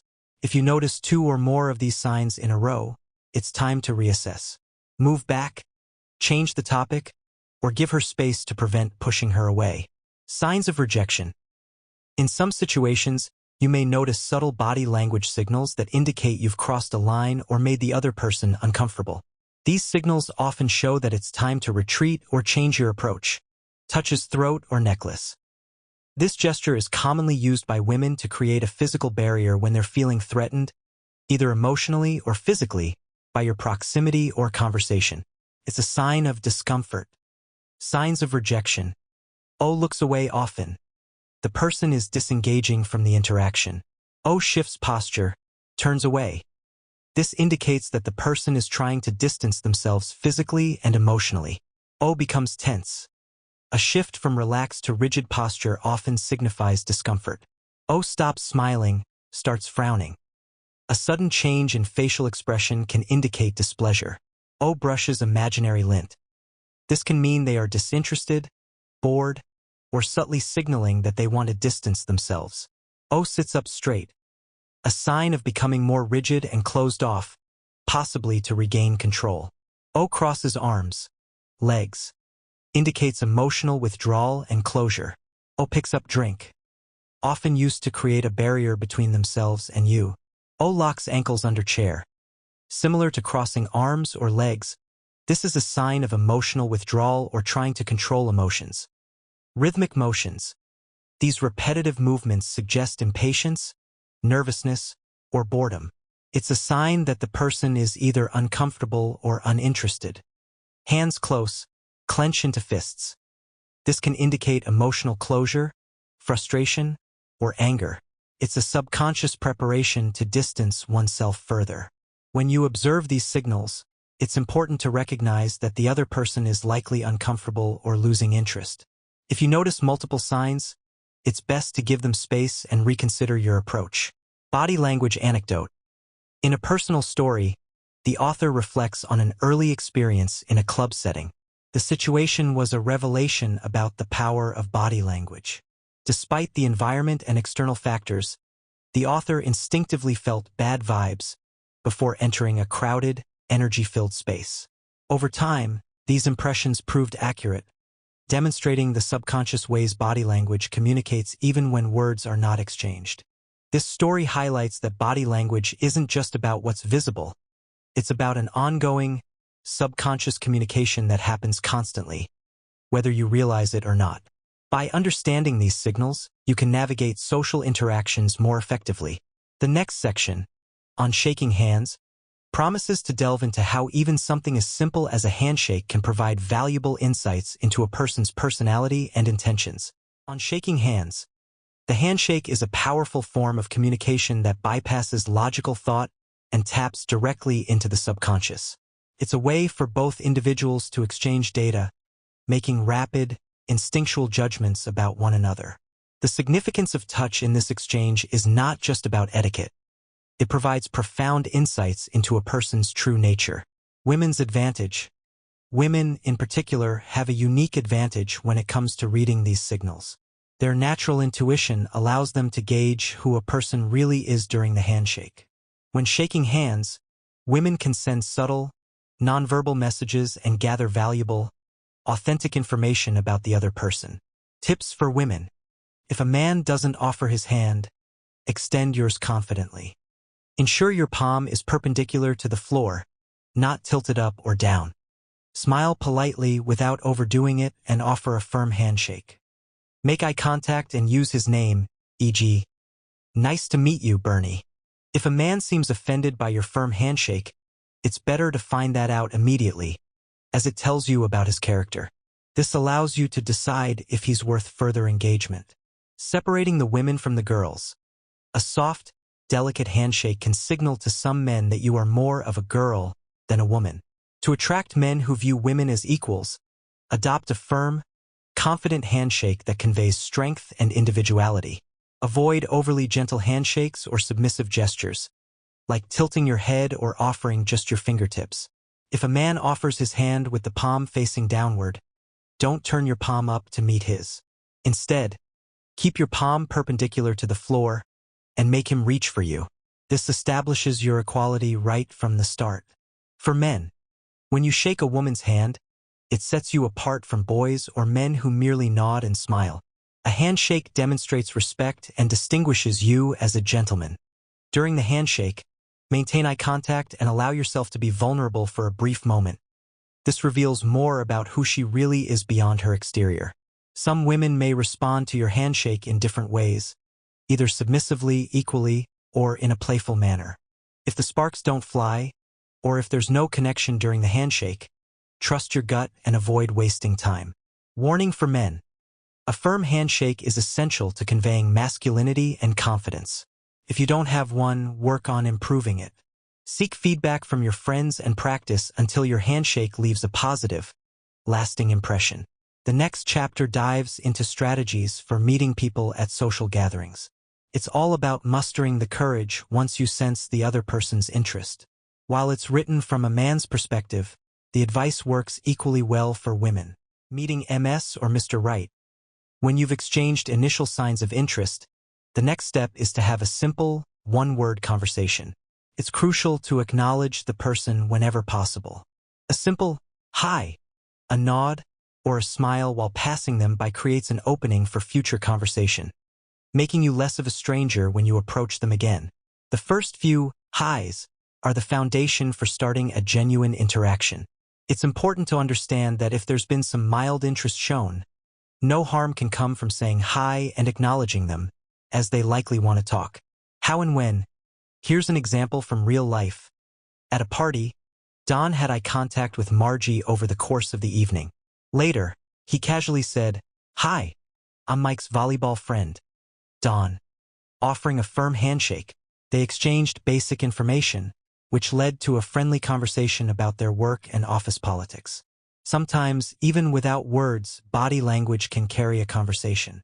Helpful hint. At social gatherings, avoid staying in one spot for too long.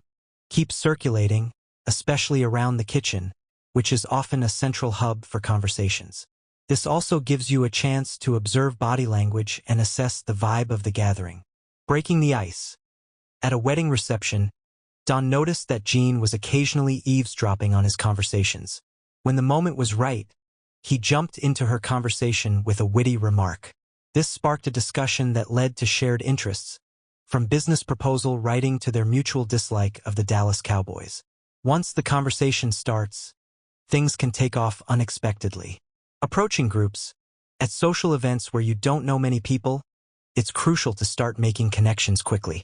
From the moment you arrive, greet everyone you see with a friendly, "Hi." This will create a foundation, allowing you to approach someone you're interested in with the confidence of already knowing a few people at the event. Once you've said hi to enough people, you'll naturally be able to join a group conversation. When you see her talking with someone you've already greeted, it'll be easy to join in. Often, she may even be introduced to you, creating a seamless flow of conversation. Class or club meetings. In ongoing settings like classes or clubs, you don't need to rush things. Acknowledge her subtly and maintain friendly distance. Let her become accustomed to your presence over time. Gradually integrate yourself into social circles she's part of. Once you've established a rapport with others, you can start the second conversation with her, ideally under a relevant pretext. When the time feels right, shake her hand and introduce yourself. As the conversation unfolds, offer one genuine compliment about something you admire, preferably about something personal, like her bracelet or shoes. Avoid generic compliments as they can come off as insincere. Getting noticed. Part 1. One method for getting noticed by someone who hasn't yet noticed you is the photographer ploy. This technique works well at informal social events where you can take candid photos of the crowd. Carry a camera and take pictures of everyone, not just the women, to avoid coming off as too focused on one person. When she's in a shot, you can ask, "Would you like a copy of these?" Depending on her response, you can gauge her level of interest. If she seems uninterested, don't react negatively. Maintaining confidence and not showing rejection will prevent others from picking up on your discomfort. Simply say, "Jim will have them Saturday if you change your mind," and move on. It's important to remain poised and not dwell on the rejection. If her response is neutral or slightly interested, like saying, "Aha," but not radiating excitement, you can proceed confidently, offering your hand, saying your name, and adding a bit of small talk like, "I work in Anaheim, live over in Whittier." This allows her to take the conversation further or decide to keep things light. If she's genuinely interested and her body language shows excitement, you can proceed to introduce yourself and offer your contact information, saying something like, "Here's my number. Call me and we'll get together sometime." Then, give her space and return later to continue the conversation or interact more. Getting noticed Part 2. Another method, called the "Do you know him" gambit, is a casual way to get someone to notice you. If you spot her at a social gathering, casually ask her if she knows someone in the crowd. You can say, "Do you know that bald guy's name? I've met him but can't remember. I don't want to embarrass myself." Whether she knows him or not, thank her and move on. This gives you a reason to leave and return later to continue the conversation. The beauty of this approach is that it's nonchalant and innocent. She'll feel empathy for you and may even wonder what happened when you went to talk to the bald guy. When you return, you can report back, which opens the door to further interaction. Preview of the right attitude. In the early stages of meeting someone, your goal is to show her you're safe and interesting, but not overly eager. The key is to demonstrate interest without overwhelming her. After the initial few conversations, it's important to give space. 5 minutes into a conversation is often enough to show your interest and create intrigue. If you walk away at the right time, you'll leave her wanting more, and that builds the right foundation for further courtship. Ultimately, the key to attraction is balancing interest and mystery, which helps build a connection without coming on too strong. The following chapters will discuss reluctance, resistance, and tests that women often impose, and how men can navigate them with the right attitude. Women can also benefit by understanding their own expectations and how they might sometimes test boundaries. Reluctance, resistance, and tests. When I first started dating after my divorce, I was completely unprepared for the drastic shift in the dating scene. Women were much more skeptical and guarded, often testing me to see if I was trustworthy or even worth their time. At first, I didn't understand why this was happening, but eventually, I came to realize that this kind of testing is normal. Women don't trust men easily anymore. They have every reason to be cautious. As a man, you're in a position where you have to prove you're not like the others and that you're worthy of her attention. At the heart of courtship is the concept of the beggar, the idea that men want something from women that other men also want, so women have the power to decide who gets it. To earn her interest, you have to demonstrate that you are a real man, not just another guy who's chasing after her. In the dating world, especially in bars, nightclubs, or other casual settings, women start testing you from the get-go. They'll pretend not to be interested at first, but you need to show genuine interest without overwhelming her. If you keep pushing too hard or too soon, you'll risk turning her off. One common test women use is to reject you gently to see how you handle it. If you get angry or act hurt, she'll think you're too easy to manipulate. Instead, you need to show her that you're emotionally stable and unaffected by her rejection. Walk away calmly without saying anything to signal that you're no longer interested in pursuing her. She'll either come to you after this or you'll have to wait until the right moment arises. When things don't go the way you hoped, don't get discouraged. Reflect on what went wrong and how you can handle it differently next time. A helpful strategy to avoid making the same mistakes is to write down what went right and wrong, then review it later to learn from it. In these situations, it's crucial not to pressure her into anything. Patience is key. If you rush or push too hard, it will backfire. She'll resist and you'll get nowhere. Instead, back off, be patient, and let things develop naturally. This approach will help you avoid coming off as desperate or overly eager. Pressure versus persistence. At the start of the courtship process, there's often a fear of failure or rejection, but she also enjoys the excitement of the pursuit. If you give her too much pressure, she'll resist. Always remember that patience is a virtue in these situations. If you wait for her to come around on her own, you'll have much better results. It's a balancing act between showing interest without being too overwhelming. Remember to approach her with calmness and confidence, not too forward or intense. Your relaxed demeanor is more likely to keep her interested without crossing any boundaries. Patience prevents games. When men get impatient, they can fall into the trap of playing the cavalier, the guy who's too smooth, too eager, or too willing. Women, especially those who are insecure or immature, might play games like the Rappo to test how far they can push. But if you take your time, stay relaxed, and avoid jumping into anything too quickly, you're less likely to fall victim to these games. The key is patience. You'll find that those who are truly secure and mature are calm, relaxed, and not playing games. The sooner you learn to wait and not force things, the better your chances will be. For women, if you haven't yet, make sure to read the preface of this guide, as the following chapters on courtship tactics for women will be blunt and direct. Understanding both sides of the dynamic is important for building healthy, successful relationships. Courtship tactics for women. Many women don't realize just how much power they possess, especially during the early stages of courtship. A lot of times, they make poor choices in men because they don't fully appreciate their own worth. To feel truly powerful, a woman must recognize that she holds all the cards, especially once a man is interested. At this point, the dynamic shifts. He becomes the beggar and you hold all the power. Why? Because you can say no at any time, and the one who controls the no is the one in charge. Finding him. To meet Mr. Right, you must first accept that he isn't actively searching for you. The ideal man is not hanging out at bars or clubs, hoping to meet women. He's busy taking care of himself. So, trying to find him in those environments is a lost cause. Instead, you'll have more success in places where men are not seeking out women but are open to social interactions, parties, wedding receptions, sports activities, or clubs like the Chamber of Commerce. These are the places where you might find a man who is truly right for you. Attracting him. While physical beauty can attract attention initially, it is not what will keep a man interested in the long term. The key is to create mystery and allure. Men love secrets, they enjoy the chase, the unknown.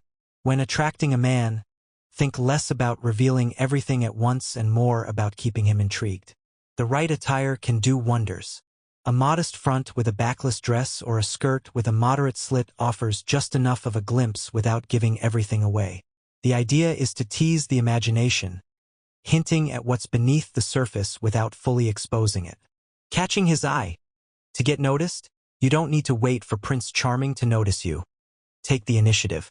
Subtle movements can draw attention, like bending over to fix your shoe, walking across the room, or fluffing your hair. These small gestures reveal just enough to capture his attention. Calling him over. Once you've caught his eye, the next step is to make him feel comfortable enough to approach you. Eye contact followed by a smile is the most effective, simple, and non-threatening way to signal your interest. A smile says, "I'm friendly, and I'm open to talking," which is exactly what every man wants to hear, without any words. If your first smile doesn't get the response you want, don't give up. A second, stronger signal may be needed. You can subtly adjust your posture to make yourself more noticeable and inviting, turning toward him, pulling your shoulders back, and making prolonged eye contact. When he comes over, if he approaches, make sure to introduce yourself. Offering a handshake is a great way to establish physical contact and begin building rapport. This is when your intuition will help you assess the situation and gauge his interest. Keeping him interested. Men love talking about themselves, so once the basics are out of the way, steer the conversation toward topics he's passionate about. Ask him about his hobbies, athletic achievements, travels, or any subject that might spark his interest. To keep him engaged, show genuine attentiveness by leaning forward, nodding, and offering small verbal cues like "aha" to encourage him to keep talking. Essence of attracting men. As a woman, you hold the power to send powerful, subtle signals without ever saying a word. Beyond smiling, physical touch is incredibly effective. After shaking his hand, you can lightly touch his arm, hand, or even accidentally bump him during conversation. These small gestures communicate interest and help foster a connection. Remember, you have the power to attract and influence him without being overt or aggressive. Keep things playful, suggestive, and always leave him wanting more. Courtship tactics for men. For men, the right approach to courtship often comes down to attitude and subtlety. As the author reflects on his own experiences, he emphasizes that love tends to show up when least expected, but there are certain behaviors and attitudes that make all the difference in attracting a woman. The right attitude. Men should avoid being too eager or too indifferent in their approach. If you're overly interested, you risk coming across as a pushover. If you're too aloof, you might cause her to lose interest. The ideal approach is to strike a balance. Be friendly but slightly aloof, relaxed but confident, without crossing into arrogance. The attitude you want to project is, I'm not going to chase you. I'm friendly, but I'm friendly with everyone. I'm somewhat interested, but it's up to you to make a move. How to communicate the right attitude. You can convey this attitude through body language, even without speaking. To project a slightly aloof vibe, use a relaxed posture, angled body, and avoid leaning toward her. Maintain a neutral or pleasant face, and avoid touching her too much. Polite smiles work wonders to show interest without appearing desperate. On the other hand, when you want to appear more engaged, you'll lean toward her, face her directly, and show signs of being more serious or intense. Occasional eye contact and slight physical touches, such as caressing yourself or adjusting your position, can further express interest. Dominance and submission. A successful courtship often includes moments of playful dominance and submission. Throwing in a bit of sarcasm or playful teasing can keep her guessing, maintaining a sense of mystery and intrigue. At the same time, it's important to subtly assert dominance by using body language. Leaning into her personal space or standing up to physically tower over her for a moment can communicate your dominance. However, it's crucial to balance this by reassuring her afterward. Showing no harm is intended by adopting a more timid posture. Appearances matter. The way you present yourself and the pace at which you move both communicate confidence. Confident individuals aren't rushed or overly eager. They move and speak slowly, which gives the impression of control and self-assuredness. Whether in a courtship setting or in professional environments, first impressions are critical. Taking your time, not being too excited or eager, is essential for making a lasting, confident impression. Don't act superior. In courtship, one of the biggest mistakes a man can make is acting superior or condescending. If she asks for advice, treat her like an equal and offer your opinion thoughtfully, as a good friend would. Avoid coming across as though you're above her, and if you feel unsure, play it off lightly rather than presenting yourself as the expert. Superior or arrogant behavior is a turnoff and can drive her away. Signs of superiority and arrogance. Certain body language signals can betray a sense of superiority. These include steepling, fingers pressed together in a church steeple position while speaking. It's often associated with pontificating or acting superior. Looking down one's nose, a posture that signals, I'm above you, often seen in insecure or self-important individuals. Nose in the air. This body language suggests, someone around here stinks, but it's not me, reinforcing a feeling of superiority. Hands behind the back. This posture signals confidence but can also imply an attitude of royalty or detachment. Examining one's cuticles. Ignoring the person you're speaking with to focus on your nails signals arrogance and a lack of respect. Arms crossed on chest. A closed-off body language indicating disinterest or superiority, as though you're not open to hearing her ideas. Avoid dominating or intimidating. It's important not to cross the line into dominance or intimidation. For example, touching or moving her property or acting overly laid back by putting your hands behind your head sends the wrong message. Peering over glasses or inspecting your nails during a conversation communicates disinterest and disrespect. Be an equal but powerful presence. Instead of acting like a teacher or superior, explain things in a way that feels easy and accessible, as if it's just a matter of looking it up or knowing it from experience. This way, you remain powerful without being condescending. When you engage her in conversation, she should think, wow, he's someone I could learn from, rather than, he's so smart. It's about presenting yourself as a valuable, confident partner rather than an expert. Overall advice. The most dangerous enemy in courtship is often internal, whether it's a lack of confidence, overconfidence, or being too passive. The best strategy is unpredictability. Balance being friendly and indifferent to keep her intrigued and prevent her from taking you for granted. This balance helps maintain perspective on the relationship, ensuring you don't become overly wrapped up in her attention. Always read the signals she's sending, and remember, if she's coming on to you, even subtly, it's likely that she is. Courtship thrives on the thrill of the chase and the anticipation of the next move. Avoid trying to impress her. While it's natural to want to present your best self, avoid making sexual comments or talking too much about your accomplishments in an attempt to impress her. Women can often sense when a man is trying too hard, and it can make her think, "He wants me, I've got him." Instead, focus on showing good manners and etiquette. Let your actions and attributes speak for themselves without overtly trying to impress. For example, mention unique hobbies or interests that demonstrate depth, like attending plays or going to fine restaurants, but do so naturally. If it feels like you're trying to impress, it can backfire, and she might lose interest. Don't be a butterfly. A butterfly man flits from one woman to another, trying to gain attention from as many as possible.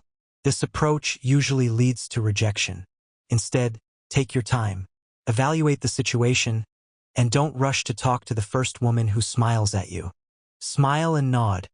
Keep a friendly and non-committal attitude, and let things develop naturally. Going too fast or seeming overly eager can backfire, so take things slow. Hawaiian philosophy. A woman wants to be your number one choice, not your second. If she perceives herself as your backup, she won't be interested. Nobody wants to feel like a second fiddle. Make sure she knows she is your priority, without making it overly obvious or pressured. Essence of the right attitude. Throughout courtship and dating, she needs to know that you will walk away if she behaves badly. This attitude of self-respect must be genuine and integral to who you are. If she feels that your commitment to yourself is sincere, it will enhance your appeal. It's not about making threats, but about genuinely upholding your standards and boundaries. Body language anecdote. In a corporate setting, the senior executive demonstrated dominance and power through an unforgettable, unorthodox action. He made his presence known with confidence and disregard for traditional niceties. The boldness of the move sent a clear message about who was in charge. This demonstrates how, even in relationships, a strong and confident demeanor can subtly communicate dominance and authority without needing to overstate it. Final warning. Be cautious of women who appear overly smooth or relaxed in their interactions. Sometimes, when a woman seems to be inviting you to make a move, it's part of a game. She might be testing you or playing the Rappo game, where she entices you only to rebuff you. If a subject is inappropriate or the situation doesn't feel right, persuasion becomes impossible, and it's better to stay on track and focus on neutral or engaging topics. In sum, confidence, a natural approach, and setting boundaries are key in navigating courtship without appearing desperate or overly eager. Let the relationship develop naturally, without rushing or forcing things. What to talk about in courtship? Essence of early conversations. In early courtship, the main goal of conversation is to reveal who you are and learn about her in return. Both verbal and nonverbal communication play a part in expressing, "This is who I am. I hope you like me." You'll share bits of yourself, and she'll reciprocate, gradually revealing if there's compatibility. If done right, the initial moments of conversation turn into longer interactions where she feels comfortable, sees you as safe, and eventually finds you interesting and attractive. First impressions matter. Just like in a game of backgammon where the opening moves are crucial, the beginning of a conversation in courtship sets the tone. If you make the right first moves, the conversation will naturally flow. After establishing you're not a threat, she'll likely assess you physically, and if you don't come off as a playboy, she'll start thinking about what it would be like if you pursued her. This is when you should open up about yourself, what you like and dislike, and let her do the same. Standard conversation topics. Start with something casual, like how you know a mutual friend at an event. Share a little about yourself first and then ask her the same. For example, "Hi, I'm Dawn. I'm on Sally's volleyball team.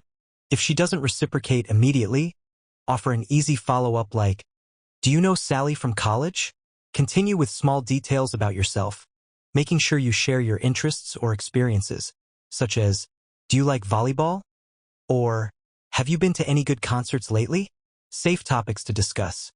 To avoid making the conversation awkward or controversial, stick to neutral subjects like movies, music, TV shows, sports, travel, and general hobbies. These topics are easy to discuss and won't put anyone in an uncomfortable position early on. Forbidden topics. Certain topics should be avoided during early conversations, including sensitive subjects like religion, politics, and sex. Don't bring up anything sexual, even if she uses innuendo or off-color jokes. If she does, change the subject gracefully. Profanity should also be avoided, as it can lead her to question your intentions or interests. Compliments. Men should offer a genuine compliment once during the conversation. This compliment should be specific and unique, focusing on something that shows you've noticed a detail that others might overlook, like her taste in accessories or the style of her shoes. It's important that the compliment feels real, not forced. Women should also compliment the man during the conversation, but it should be sincere and specific. Complimenting his appearance or a trait you genuinely like will make the interaction feel more balanced. What not to say? Avoid talking about your past relationships too much, like saying, I'm never getting married again, or discussing dating other women. These statements can send the wrong message. Keep your opinions on marriage, children, and relationships in general neutral. Avoid any belittling comments about her or other people's values, beliefs, or choices. Second conversations. Once you've built some rapport and trust, it's okay to mention your relationship status. This could be done casually, such as referencing a past relationship or letting her know you're single. Always make sure the conversation flows naturally. Don't ask intrusive questions that may come across as nosy or unsettling. Keep it light and easy as you continue to build trust. Talking about her interests. As the conversation progresses, keep the focus on her interests and preferences. Show genuine curiosity and avoid controversial topics, keeping the conversation light and inviting. Let her speak freely, ensuring you provide ample opportunities for her to reveal herself. This is crucial during the early stages when you're both trying to gauge whether there's compatibility. Revealing more about yourself. As you move into second and third conversations, begin sharing more about your personal likes and dislikes, things like music, cars, clothes, food, and restaurants. It's important to share what's unique or interesting about you, but be careful not to come off as trying to impress her. Discuss things that reveal your personality without sounding boastful. Travel as a safe topic. Traveling is an excellent topic as long as it doesn't seem like you're bragging. Sharing the places you've been or places you're planning to go can add depth to the conversation, showing her more of who you are. If she seems interested, you can subtly ask about her own travel experiences, but keep the conversation relaxed and natural. Subtly revealing personal details. You can delicately mention where you live or work during the conversation, without making it the focal point. Asking, is that a long drive from where you live? Or something similar is a non-intrusive way to gather information. Avoid being too direct or asking about where she lives too soon, as it could create unnecessary pressure. Setting up future contact. Once you've shared enough personal details, you can start setting up ways for her to think of you when you're not around. A simple request, like asking if she knows anyone with a specific car for sale, can keep you on her mind. Find something unique that you can offer or help her with, whether it's fixing something, providing a service, or sharing knowledge on a topic. It's about creating a reason for future interaction without rushing it. Revealing your unique skills. At some point, it's useful to mention skills or talents you have that are uncommon, something that she might find intriguing or helpful. For example, if you can help with technical tasks like installing car stereos or doing taxes, let her know. This not only sets you apart, but can spark future contact opportunities. Discussing your history. As you continue getting to know each other, be prepared to share your past openly, but without bitterness. If she asks about your past relationships or your history, be honest, but maintain a positive, upbeat tone. Don't dwell on any negative aspects like a divorce, but instead, focus on what you've learned from past experiences. Being open about past mistakes shows maturity, but avoid oversharing or seeming regretful. The importance of timing. Throughout these conversations, your goal is to create a connection without rushing or pushing for anything too soon. If you feel you've reached a point where the connection is solid, you can begin discussing the possibility of dating. The key is to suggest dates rather than directly asking. Make the offer seem natural and relaxed, without pressure, and let her decide how she feels. The art of dating. Building the connection. The purpose of a date. A date is a chance to spend time together in a relaxed, fun setting, allowing both individuals to decide if they want to take things further. The man has worked hard to prove himself, but even now, it's important to be patient and let the process unfold naturally. First dates. For the first date, the goal is to show her that you're truly worthy of her time. Keep it simple and low pressure. You can suggest activities that have a clear, time-limited structure to avoid any pressure on her. For example, suggesting a drink or lunch in a neutral location like a park is ideal. This creates a comfortable environment where both parties are equally distanced from home, ensuring neither feels too vulnerable. A dinner date can be saved for later, after some connection is already established. It's often seen as too formal for the beginning stages and can imply greater commitment. How to ask for a date. When inviting someone out, it's important to avoid asking permission. Phrases like, "Would you like to?" or "If you're not busy," can signal uncertainty, which is unattractive. Instead, suggest plans confidently. "I like talking with you. Let's have brunch Sunday at Charlie Brown's." This makes it clear that you're in control and that you're offering an enjoyable experience, not asking for approval. The right attitude here is key. You're interested in dating her, but you're not desperate. If she says no, it's no big deal. You maintain composure and don't let it affect you. The power of touch. Touch plays a critical role in communication, especially during courtship. Women are particularly attuned to the meaning behind touch. While it's important to maintain proper boundaries, touch can signal interest and help both parties gauge each other's attraction and comfort levels. In early dates, touching should happen gradually and subtly. Men, it's important not to avoid touching entirely, as this may make her feel rejected. For example, you can lightly touch her hand when admiring something she's wearing or help her with her coat. The key is to touch without making it feel forced or inappropriate. How touch builds connection. For women, if you like the man and things are progressing well, touching early and often can help establish a deeper connection. Touch serves as a way to communicate excitement and interest. Men, be mindful to touch at appropriate moments to establish comfort and warmth. The more you touch, the more she can subconsciously assess your worthiness. However, avoid being overly eager, which can make you appear desperate or disingenuous. Small, meaningful gestures are far more impactful. The rhythm of the date. A successful date follows a rhythm that alternates between excitement and relaxation. There's a natural ebb and flow where anticipation and arousal are balanced with moments of ease and enjoyable conversation. This dance of emotions and signals creates an environment that feels comfortable but also charged with potential. Exchanging signals. As the date progresses, both individuals will exchange signals of increasing interest and readiness.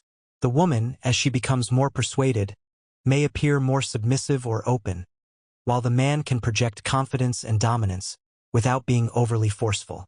It's crucial for both parties to continuously reassure each other. If the woman feels things are moving too fast, she should signal to slow things down. Meanwhile, the man must maintain confidence, but also show understanding and reassurance if needed.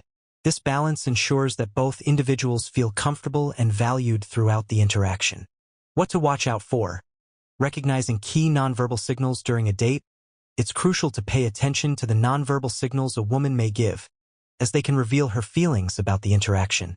A man must be prepared to adjust his approach based on these cues to ensure the date remains comfortable and enjoyable. Signs of nervousness or anxiety. If a woman appears nervous or anxious, it's important to slow down and reassure her.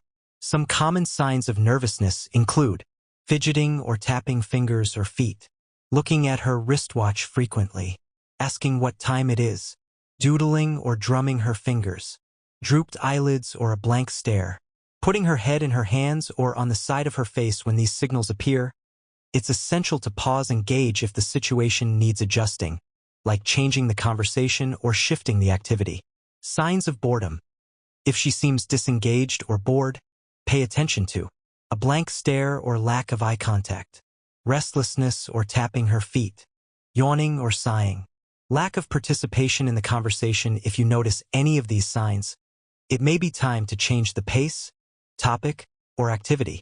If the conversation is stale or the environment is uncomfortable, acknowledge it and suggest something more engaging. Sometimes it may be something as simple as a slow restaurant service or an activity she doesn't enjoy. Sustaining the conversation. Keep the conversation light and enjoyable.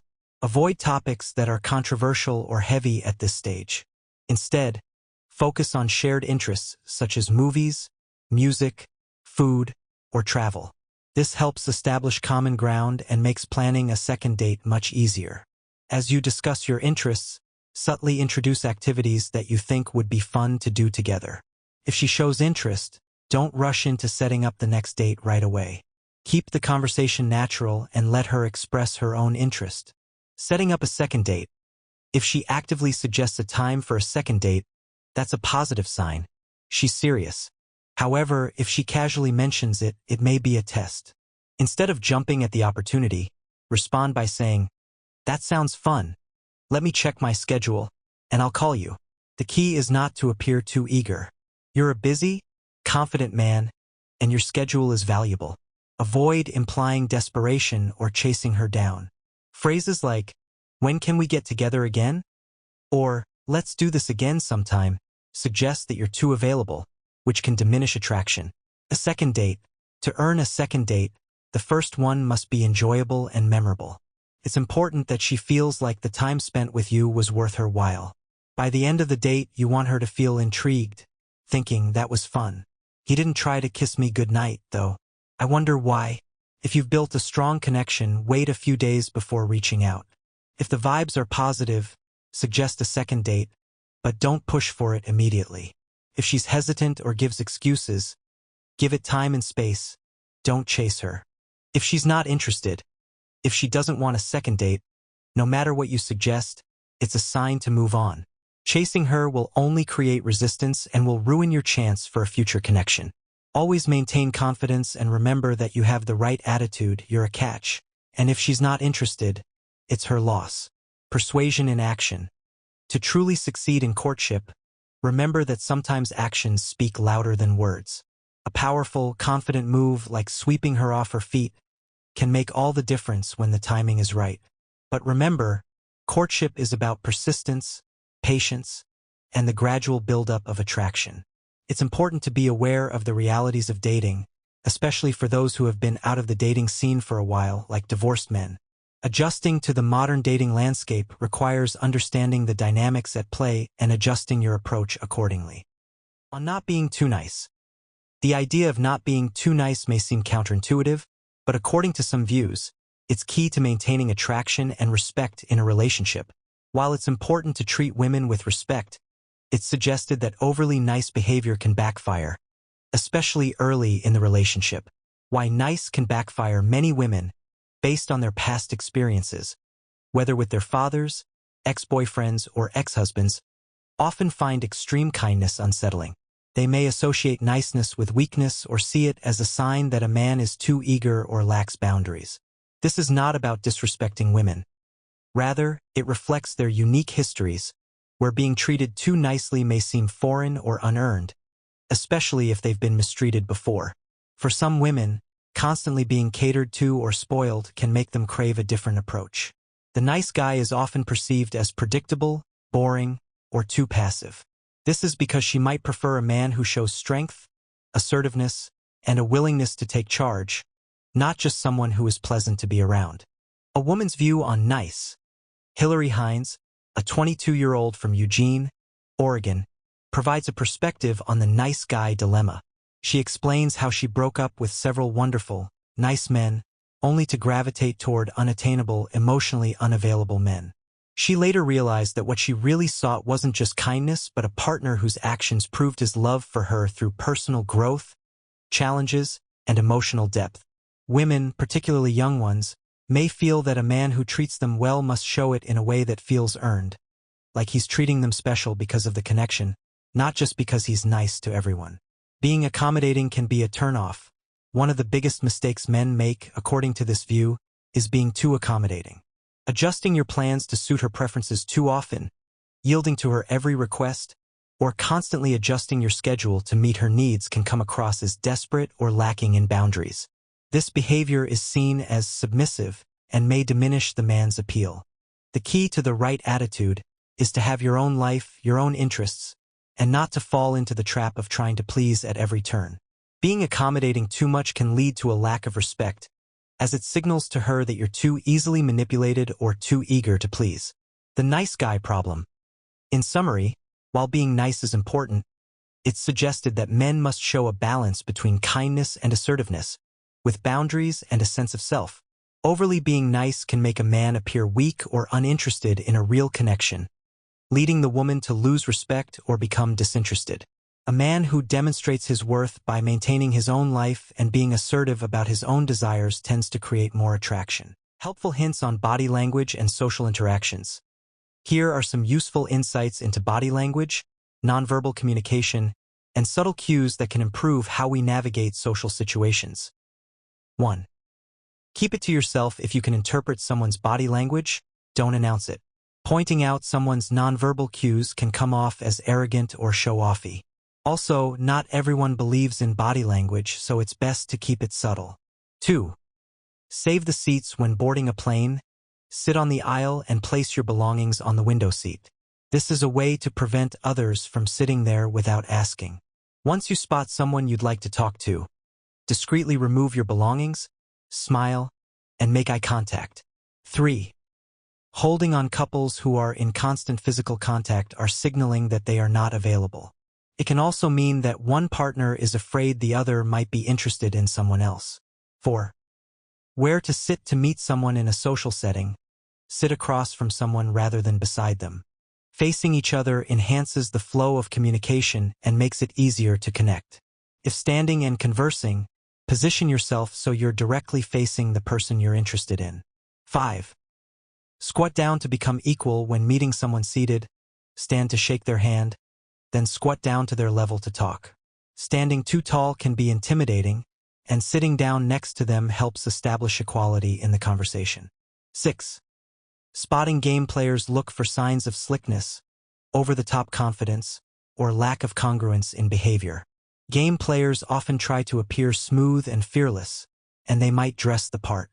Be cautious with someone who seems overly polished or detached. 7. Play is foreplay. Just like childhood, playful teasing can be a form of flirtation. If a man teases you in a playful, light-hearted way, it can be a sign of interest. However, be aware that some men may use teasing as an excuse to be rude or hurtful, claiming it's just a joke. 8. Wide with delight. When we find something or someone we like, our pupils involuntarily dilate. This reaction is a natural and subconscious signal of attraction or interest. It's one of the hardest nonverbal cues to detect, but with practice, you can learn to notice it in others. Keep in mind that you should avoid staring or gawking at someone's eyes. Subtlety is key. For women who don't smile, if you find it difficult to make eye contact and smile, it's important to practice the skill. Start with safe environments like interactions with service people, at the grocery store, gas station, or lunch counter. Every time you get a chance, make eye contact and smile until it becomes natural and automatic. Don't blind yourself. Trust your intuition and emotions. They don't lie, but you might deceive yourself by ignoring them. Ignoring your gut feelings can lead to missed warnings, like not seeing someone for what they truly are. Stay aware of how you feel and listen to those feelings. Smoke detector. Smokers give body language readers a chance to analyze their nonverbal cues. Reaching for a cigarette can indicate a need for comfort or security, like a pacifier. Blowing smoke upwards shows confidence. Blowing smoke downwards signals a lack of confidence, anger, or disgust. Tapping a cigarette on the ashtray often means boredom or annoyance, while angrily tapping it shows anger. Deeply inhaling may be a way of pausing to gather thoughts or attempting to relax. Possession, physical contact with objects or people can indicate ownership or dominance. When someone places their hands on your belongings, they're signaling possession and control. A subtle way to assert ownership is by taking back your property without explanation. Just take it and move it. You establish dominance without saying a word. Phone witness, the telephone can be a deceptive communication tool since you lack visual cues. Be cautious with conversations over the phone, focusing on tone of voice and pauses, but remember that the absence of body language leaves room for misdirection. Other uses of body language in a professional setting. If you want to appear attentive and encourage conversation, use body language to show engagement. Sit up straight, lean forward slightly, nod, and give verbal cues like, aha. Avoid covering your face, crossing your arms, or making nervous, distracting movements. If you're in a conversation with your boss and he's looking at his watch, straightening papers, or turning his chair towards the door, these are cues that it's time to wrap up the conversation. Ignoring these signals makes you appear inattentive and unproductive. Sex, Anthropology, and Body Language Learning 1. Sex and anthropology in the study of human biology and evolution, especially in courtship, it's helpful to understand that much of the seemingly unnecessary or hurtful behaviors in courtship may be deeply rooted in biology. These behaviors often happen subconsciously and are beyond the individual's control, which is a key factor to keep in mind when interpreting the actions of others. For those interested in diving deeper into this topic, references like Sex is Number 4 in the appendix provide further insights. 2. Reinforced learning over time. As you become more aware of your own body language and others' behaviors, you'll gain a deeper understanding of interpersonal dynamics. After completing the main content of the book, it's suggested to revisit the summary after a few weeks. By then, your subconscious will have integrated much of what you've been observing, and the basics of body language will feel more natural. With practice, you won't have to focus so hard on interpreting what's being said nonverbally. Instead, you'll be able to relax into conversations, letting body language flow naturally without having to actively analyze every gesture. 3. Body language elaboration. After mastering the foundational elements, you can dig deeper into the finer details of body language to understand not just who others are, but also how to communicate your own identity nonverbally. The key is to develop a level of comfort where you can interact without needing to consciously think about body language all the time. 4. Additional content for men. The upcoming sections and discussions are specifically geared towards men and are noted for being blunt and direct. Women might find the content in these sections jarring or overly harsh, so it's recommended they skip those parts and go straight to the appendix and summary. However, anyone interested in understanding more about gender dynamics and courtship can gain valuable insights by proceeding with caution. Body language elaboration. A woman cannot meet a man, any man, without thinking, even if it's for just a second, perhaps this is the man. Doris Lessing captures something essential here. Now, let me share with you a bit from my newest book, Volume 2, Advanced Skills. How to Date Young Women for Men Over 35. This one is specifically for guys who've read the first volume. I won't sugarcoat things in these books, and especially not in this chapter. Some of it might come across as harsh, and I apologize if it offends anyone, but this is just how we talk as men when you're not around. It's the truth, and if you're really going to understand how we think, you have to hear it as it is. Women of all ages can gain a lot from understanding the way men feel, the doubts we wrestle with, and how we struggle to connect with you, to date you. Interest at a party. Let me tell you about something I saw at a seminar that really stood out. It was a demonstration where a woman, across the room, was sending out signals while talking in a group. I saw the exact same thing happen when I met Debbie by the pool. She was on her own, so I could easily pick up the signals. In that demonstration, the idea was simple. Once mutual interest is clear, you let her know you want to talk to her alone. You walk toward the group, glance at her, and then turn away to show you're giving her the space to make the next move. So what's the next step? Should you stop somewhere, like at an art piece, and let her take the lead? Well, I've kind of answered my own question. Here's the thing. You've got to keep in mind that a young woman is worried about the social risks. She doesn't want anyone to know she's thinking about being with an older guy. You've got to communicate through your eyes that you're discreet. That's the key. At that party, your focus should be on reassuring her. Do it with subtle, non-obvious moves, so she knows you won't put her in an awkward position socially. After you pass by, make yourself available so she can approach you when she finds a way to break off from the group. She might come over to talk, or maybe she'll move to a spot where you can exchange more signals in a quieter, more discreet way. From there, follow the step-by-step instructions. Don't skip anything.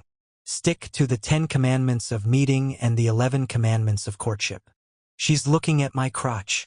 One of the guys who just started getting back into the dating game after being out of the loop for years wrote in with a funny yet telling observation. He went to a video store, and for the first time he noticed the female clerk checking him out, specifically his crotch. Twice, in fact. He said, "I've been doing everything wrong for years." Well, I'm glad the books are opening his eyes to things he never noticed before. Steele's advice: go back to that store. And don't just wander aimlessly. Bring up something interesting like how Quentin Tarantino worked in a video store before making it big. Talk movies. After a brief conversation, bid her farewell with something like, "See you Thursday." But don't just leave it at that. She might reply with, "I don't work Thursday." And that's your cue to ask when she does work. Don't overdo it, keep it casual, and don't promise anything you don't plan to follow through on. Now, when you see her again, don't waste time. Make sure your first words to her come with a reason to be engaged. Mention something she's wearing, like a piece of jewelry, and tell her, "That's a really nice ring. Is it an heirloom?" Make sure it's a genuine compliment. If you can't find something you like, don't say anything at all. Wrap it up with her name, like, "Nice meeting you, Debbie. Take care." Make your departure smooth.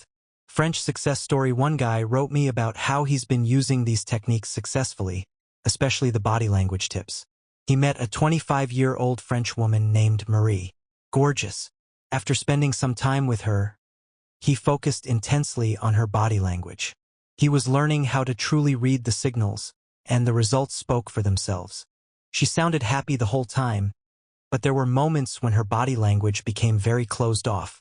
I noticed this especially when I talked about things she wasn't interested in. But here's the interesting part. When I matched her energy and got closed off for a while, then opened up again, she followed suit.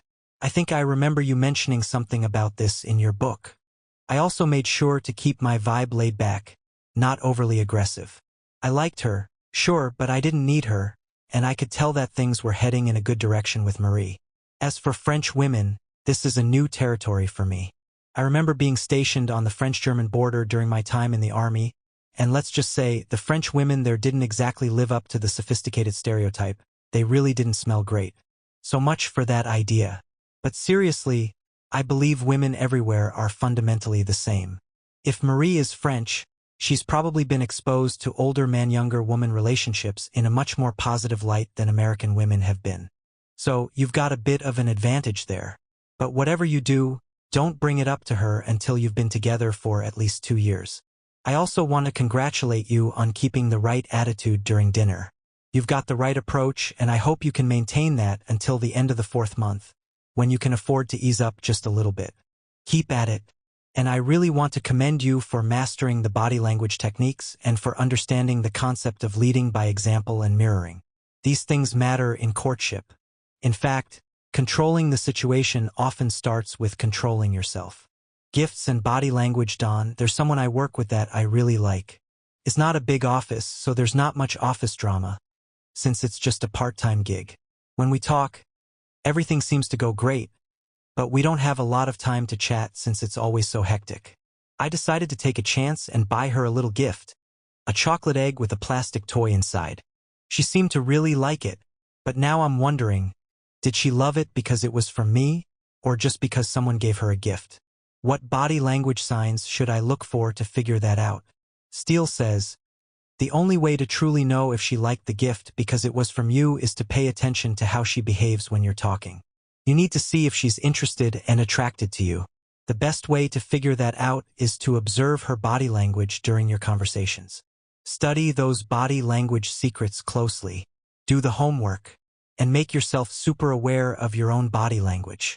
Practice sitting, standing, and talking with a relaxed, confident, mildly interested, yet slightly aloof posture. Act like you're an actor playing a part. And then, keep practicing. The more aware you are of your own body language, the more tuned in you'll be to everyone else's. Accidents don't happen, Dawn. What should I do when a woman bumps into me, accidentally, at the bookstore or grocery store? I know that means she's interested, right? Steele says, when she touches you like that, wait a moment, then smile, nod, and ask, finding anything interesting? Keep your body language open and relaxed. Make sure there's enough space, about 4 feet between you, so she doesn't feel threatened. Now, depending on her response, you'll know where to go from there. If she says no, you're done. If she says not yet, she's open to conversation. If she says yes, then you're in. In a bookstore, for example, talk about books that you think women might like. Body language books are always a good choice, or maybe celebrity biographies. A good way to open the conversation is to reveal something about yourself, followed by a question. I came in here looking for a book on John Wayne, and now I'm reading this geeky stuff. I'm a programmer, so it's hard to resist. What were you looking for? Remember, in these situations, always reveal something about yourself first. Then ask her a question. It's key to have a few general lines and questions ready for moments like these. That way, when a woman accidentally bumps into you, you'll know exactly how to handle it. And listen, don't try to be funny or flirty right off the bat unless you're really smooth or have the charm of a classic movie star. Keep it simple to start. You can always turn things up a notch later. Eye contact basics. Dennis asked about how young women show their interest from across the room. Steele says, if a woman holds eye contact longer than what's socially acceptable, it signals interest. When she smiles, it's an invitation. Come talk to me. I'm not intimidating. Your response should be to smile and nod, acknowledging her presence. This lets her know that you're interested as well. Once she smiles back, that's your cue to approach her and introduce yourself.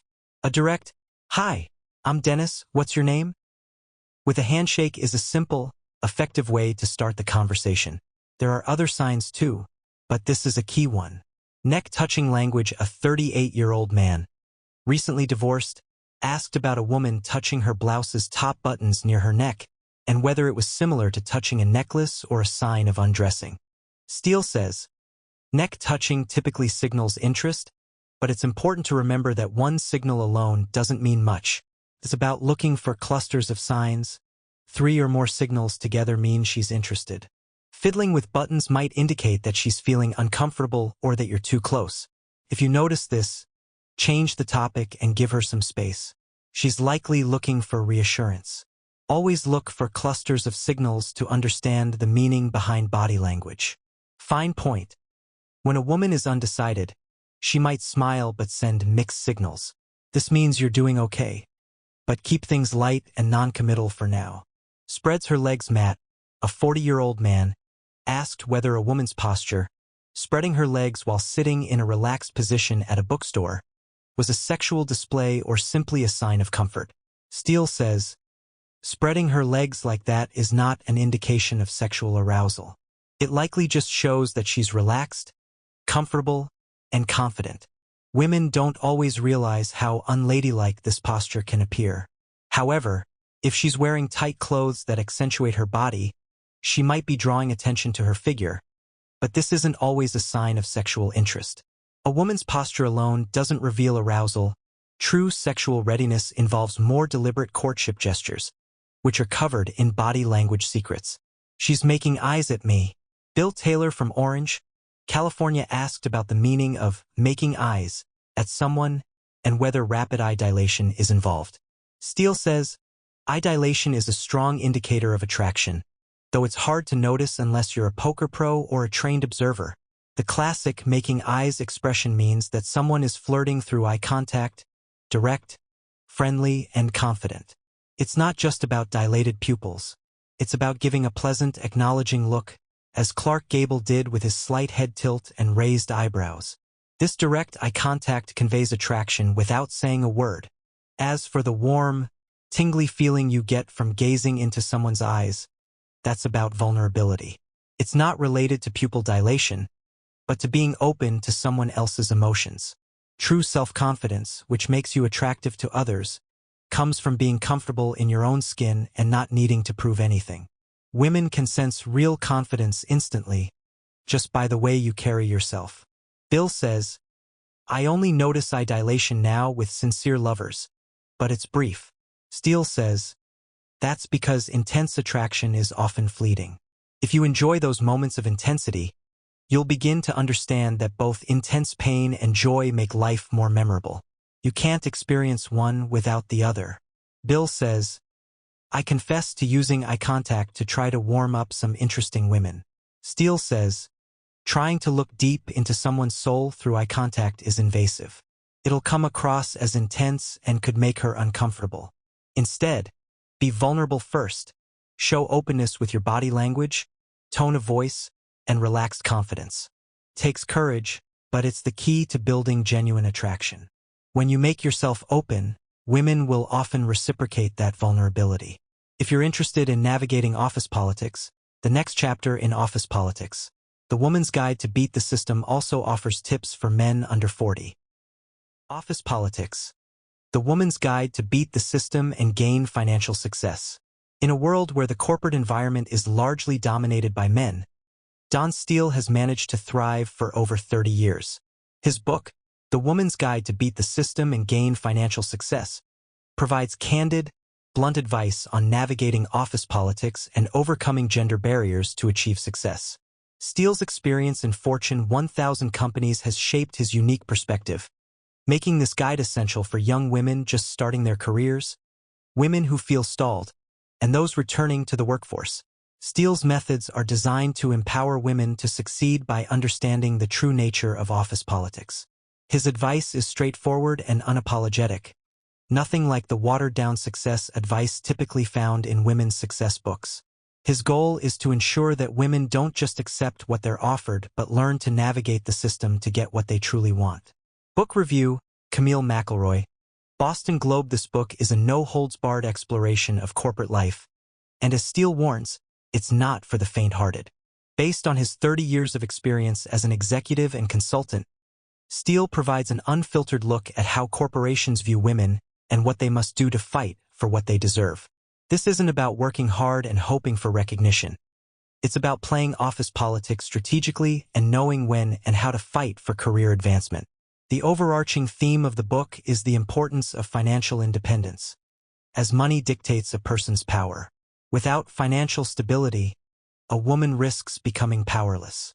Steele's advice is built on this foundation, providing practical, actionable steps for achieving financial success and overcoming the systemic barriers women face in the corporate world.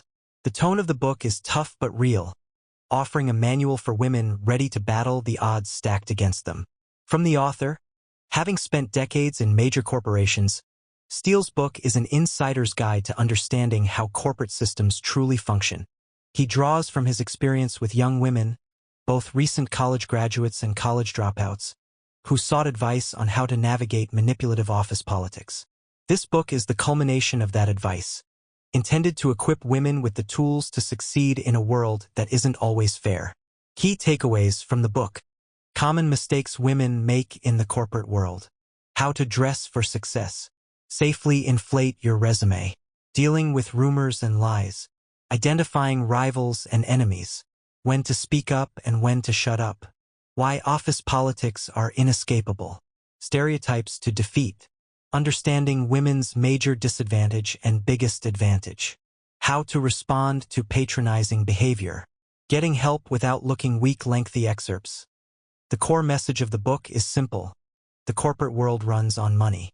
Steele argues that major corporations are the only organizations that can offer women the salaries needed to achieve financial independence. Women can make enough money in these environments to control their own futures, whether they want to leave the corporate world to pursue their passions or stay in it and make $150,000 a year. Unlike men, many women are reluctant to engage in office politics. The book explains why this is, diving into the cultural conditioning and biological factors that influence women's behavior in the workplace. It also addresses the male-dominated corporate culture, explaining why men are often in charge and how women can use this knowledge to their advantage. The ultimate goal of the book is to empower women to not only understand the reality of being female in the corporate world, but also to accept it. By doing so, women can implement the strategies, tactics, and techniques Steele offers to achieve financial success, and either leave the corporate world or thrive within it. Overcoming the challenges presented by office politics. Why office politics? The primary function of office politics is simple. It helps you get what you want instead of what you're offered. Steele lays out the benefits of understanding and engaging in office politics. 1. Securing the biggest raise possible. 2. Achieving the quickest promotion. 3. Getting assigned tasks you enjoy or those with the highest visibility. 4. Moving into the best office with top-tier equipment. 5. Transferring to a department with the brightest future. 6. Ensuring you're not laid off until you can find a good job elsewhere. To benefit from this book, you must have clear goals in mind, know what you want, when you want it, and what price you're willing to pay to achieve it. Your goals. Your immediate goal is to make as much money as possible while tolerating the work. The ultimate goal is to earn enough money so that you can comfortably do something you enjoy. Steele's advice is grounded in financial independence. By mastering office politics, you can achieve the level of financial success that allows you to choose your own path. Who should read this book? Steele writes with a target audience in mind, ambitious young women around 24 years old, though anyone from 18 to 58 can gain something from it. His ideal reader is someone who's conscientious, intelligent, and recognizes that hard work, intelligence, and fairness are not always enough to succeed.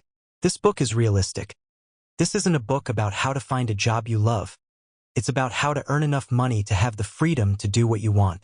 It's about taking one step at a time to achieve a long-term goal of financial independence. Steele focuses on how to stop expecting to have everything and start taking practical steps toward gaining control over your life. The secret they will never tell you. Many women, particularly younger women, believe that a college education and years of experience are required to make big money in a corporation. Steele debunks this myth. The reality is that many jobs can be done by high school graduates with average intelligence. Business, he argues, is really about common sense. The skills required for most office jobs aren't as complicated as people make them out to be. This system is kept secret because it serves those in power to perpetuate the idea that success requires years of schooling and experience. In reality, most office tasks revolve around communication and getting along with others. Office politics required. To advance in your career, particularly if you want to go from $20,000 to $60,000 before you turn 30, you need to be promoted quickly, and that's where office politics come in. In a world where most jobs can be done by average people, promotions often go to those who are more skilled in office politics than those who are technically more competent. Steele reflects on his own experience in college, noting that the person who succeeded wasn't always the one who worked the hardest or earned the best grades, but often the one who had a better understanding of how to navigate relationships and power dynamics. The creative resume. Steele shares an anecdote from his early career, when his boss explained that the corporate world operates on a creative approach to resumes. Most resumes are inflated. People downplay their qualifications to avoid appearing overqualified or risk being underpaid. Even if you tell the truth, you may be offered less because the system assumes you're inflating your experience. Steele's advice is to be strategic with your resume.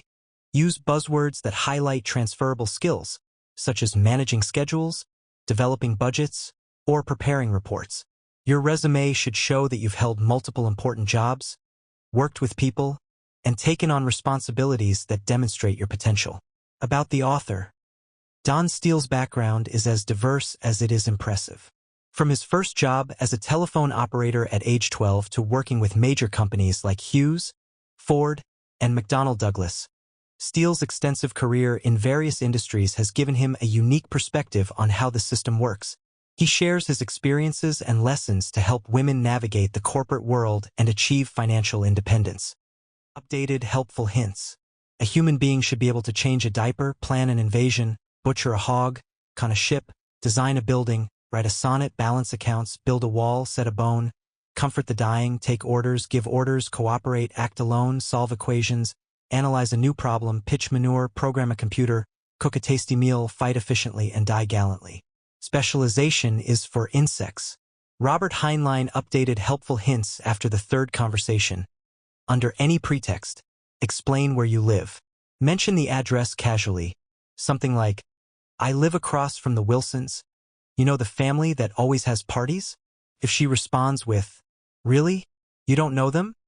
You could follow up with, well, I live at the corner of Descending Drive and Oak Cannon, 2910 Descending. The next time you see her, say something like, a couple of days ago, I had the weirdest feeling you were close by. Were you? No matter how she responds, pay close attention to her body language. If she drove by or tries to hide the fact, it means she's interested, hoping to bump into you by chance. She might also be appraising your lifestyle based on where you live. By asking, you're sending the message, I think about you. This exchange of interest is the best way to start a connection. Body language secrets. Acting classes are filled with young women who might be open to dating someone your age, extroverted, avant-garde, free-spirited, independent, nonconformist, and free-thinking. Some are even built like a Playboy bunny. Get yourself into one of these classes. Just because of your age, you'll likely be asked to read for many parts, which means you'll get to interact with young women on an intimate level. Acting requires emotion, and many exercises involve vulnerability and, often, physical contact. This is where things can get really exciting. You're the only man, yes, with a capital M, in the room. She likes you because you stand out from the rest, not because of your acting talent. Being different works. Don's update. I once said, they begin anew if you don't quit. After Carla came Tina, 19, Betsy, 19, then Martha, 24, who was so much more responsible compared to the others. Then came Sue, 28. We lasted over a year without any issues. Maybe this is better? Then Ann, 26, entered the picture. We lasted 4 years. It was June, and every afternoon I would head to Bob's Big Boy for a Diet Coke and the sports page. I was 53 and had sworn off relationships for good, until my waitress, Joanna, 19, bent over to clean a nearby table. Wow, what a sight! 6 weeks later, we shared lunch. 2 months later, I was madly in love. 5 years later, we're happily married. The moral? Never quit. The message? There are no accidents. 6 months into the relationship, Joanna confessed that she bent over intentionally to get my attention. Gentlemen, I love Joanna more than life itself. She's everything to me. Our love is deep and abiding, and it's what makes life's struggles feel worth it. That's what makes everything you've read here worth it. Our love is truly special. She is the one I was searching for when I began my journey back in '82. I hope someday you find your Joanna. Updated absolute no-nos. Never, ever chew gum or a toothpick. Don't have a cute license plate frame, cute bumper stickers, or wear shirts with cute sayings. Don't talk about or show her your baseball cards. Avoid fancy wheels, hubcaps, or anything trendy, like backpacks, fanny packs, or waterbeds. Expensive sneakers like Air Jordans? A definite no. Don't try to look young by mimicking what the young wear or drive, like Jeeps.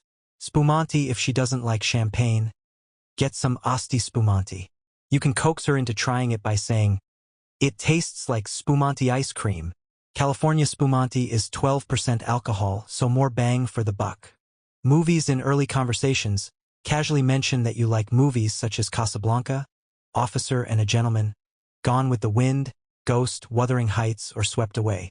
Add that your friends consider you a romantic fool. When she's ready to watch a movie at your place, suggest Swept Away. Tell her it's a foreign film with subtitles you haven't seen in years. Make sure you've got chilled champagne ready, and serve some popcorn and snacks. Then, write to me with the results. How to date young women for men over 35. The journey begins with a simple truth. If you want to date young women when you're over 35, you're going to need more than just charm and a smile. You need to understand her, to see beyond her youthful appearance and tap into what truly motivates her. This isn't about tricks or gimmicks. It's about building a connection based on what she's really looking for. In this book, Steele takes you through his own experiences, from the highs to the lows, the successes and the mistakes. Over the past 27 years, he's been there, done that, and learned from it all. He's dated, lived with, and even married women much younger than him, and now, at 58, he's still married to a woman half his age. He's been through it all, and it's all laid out for you to learn from. The good, the bad, and even the horror stories. What you'll discover here is no-nonsense advice, grounded in real experience. Steele doesn't sugarcoat anything. If you want to know how to attract a younger woman, he's going to tell you exactly what to do and what not to do. From how to act, what to say, and even how to dress, it's all here. He shares stories of his own missteps so you don't have to make the same mistakes. But it's not just about the basics. Steele dives deeper, revealing the hidden motives behind a young woman's attraction to an older man, how to navigate the delicate rituals of courtship, and even how to sustain an affair once you've got her attention. By the time you finish this book, you'll know exactly how to approach a young woman with confidence, avoiding the pitfalls that many men fall into. Now, let's get to the heart of the matter. Finding a young woman isn't as hard as you might think. She's out there just like any other woman.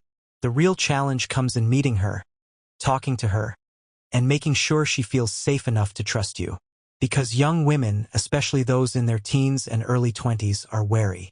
They've been told by society, by their friends, and by their families that dating an older man could be dangerous, that it could bring shame or ridicule. And you have to prove to her that you're not like the others. One of the biggest challenges you'll face is overcoming the fear of being seen with you. It's not just about her being afraid of what might happen with you physically. It's also about the social dangers she faces.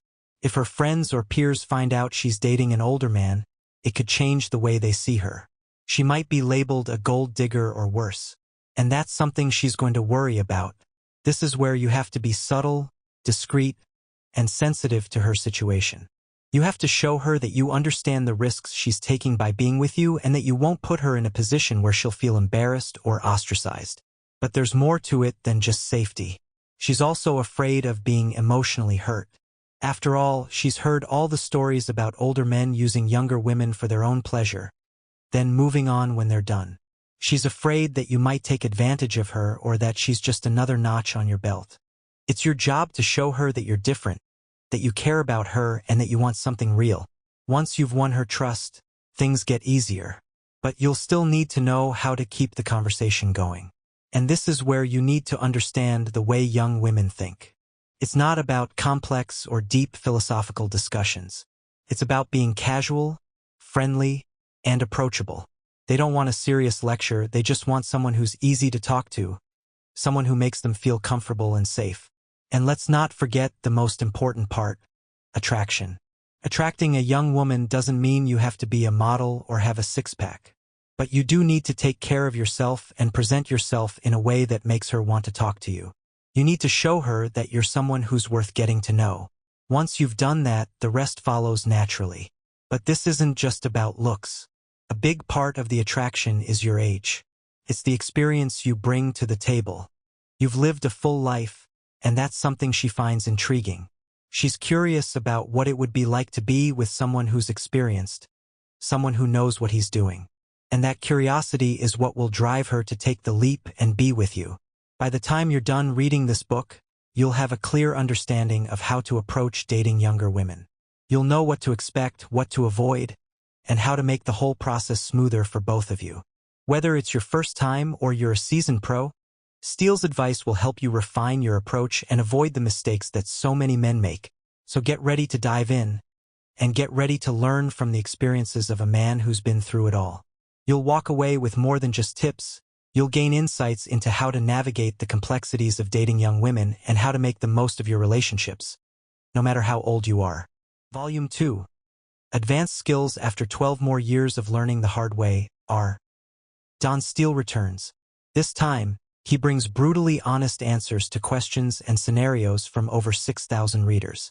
Mixing lessons from 32 seminars, 1,000 counseling sessions, 274 radio interviews, and 4 national TV appearances, he's ready to take things up a notch. Now 58 and married to 24-year-old Joanna Bardot Lopez, Steele delivers his no-nonsense approach with even more authority.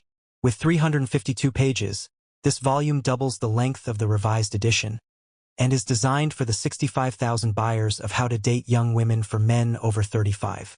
If you haven't read that book yet, Start there first. Why she picks you. Picture yourself at a crowded party. Among the guests is a stunning 27-year-old natural blonde, standing by the kitchen with a glass of champagne. She's attractive, with a high IQ and a successful career, but she's not attached, though she's dating a few guys casually. She notices you. So what does she want from you? How should you approach her? This is the game. Knowing what she values, what she needs, and understanding the competition around you will guide how you present yourself. It's not just about looking good. It's about being what she's looking for. Beauty chooses. Do you think women are attracted to pot bellies or receding hairlines? Probably not. What desirable women find alluring is based on what they value, which varies depending on their age, past experiences, and what they're missing in life. The key? Understanding her needs and presenting yourself as the man she desires. This is where it all begins. Values, goals, and needs. A woman's choices are driven by her beliefs, her goals, and what's missing in her life. Whether she's seeking stability or something more exciting, her decision depends on a complex mix of priorities, emotions, and chemistry. A woman doesn't always rationalize why she chooses an older lover. She just does. The man who aligns with her needs, whether for comfort or adventure, becomes her choice. Why before how. Understanding why something happens gives you control over how it happens. Steele's grandpa used to say, "The man who knows how will always have a job, but the man who knows why will be his boss."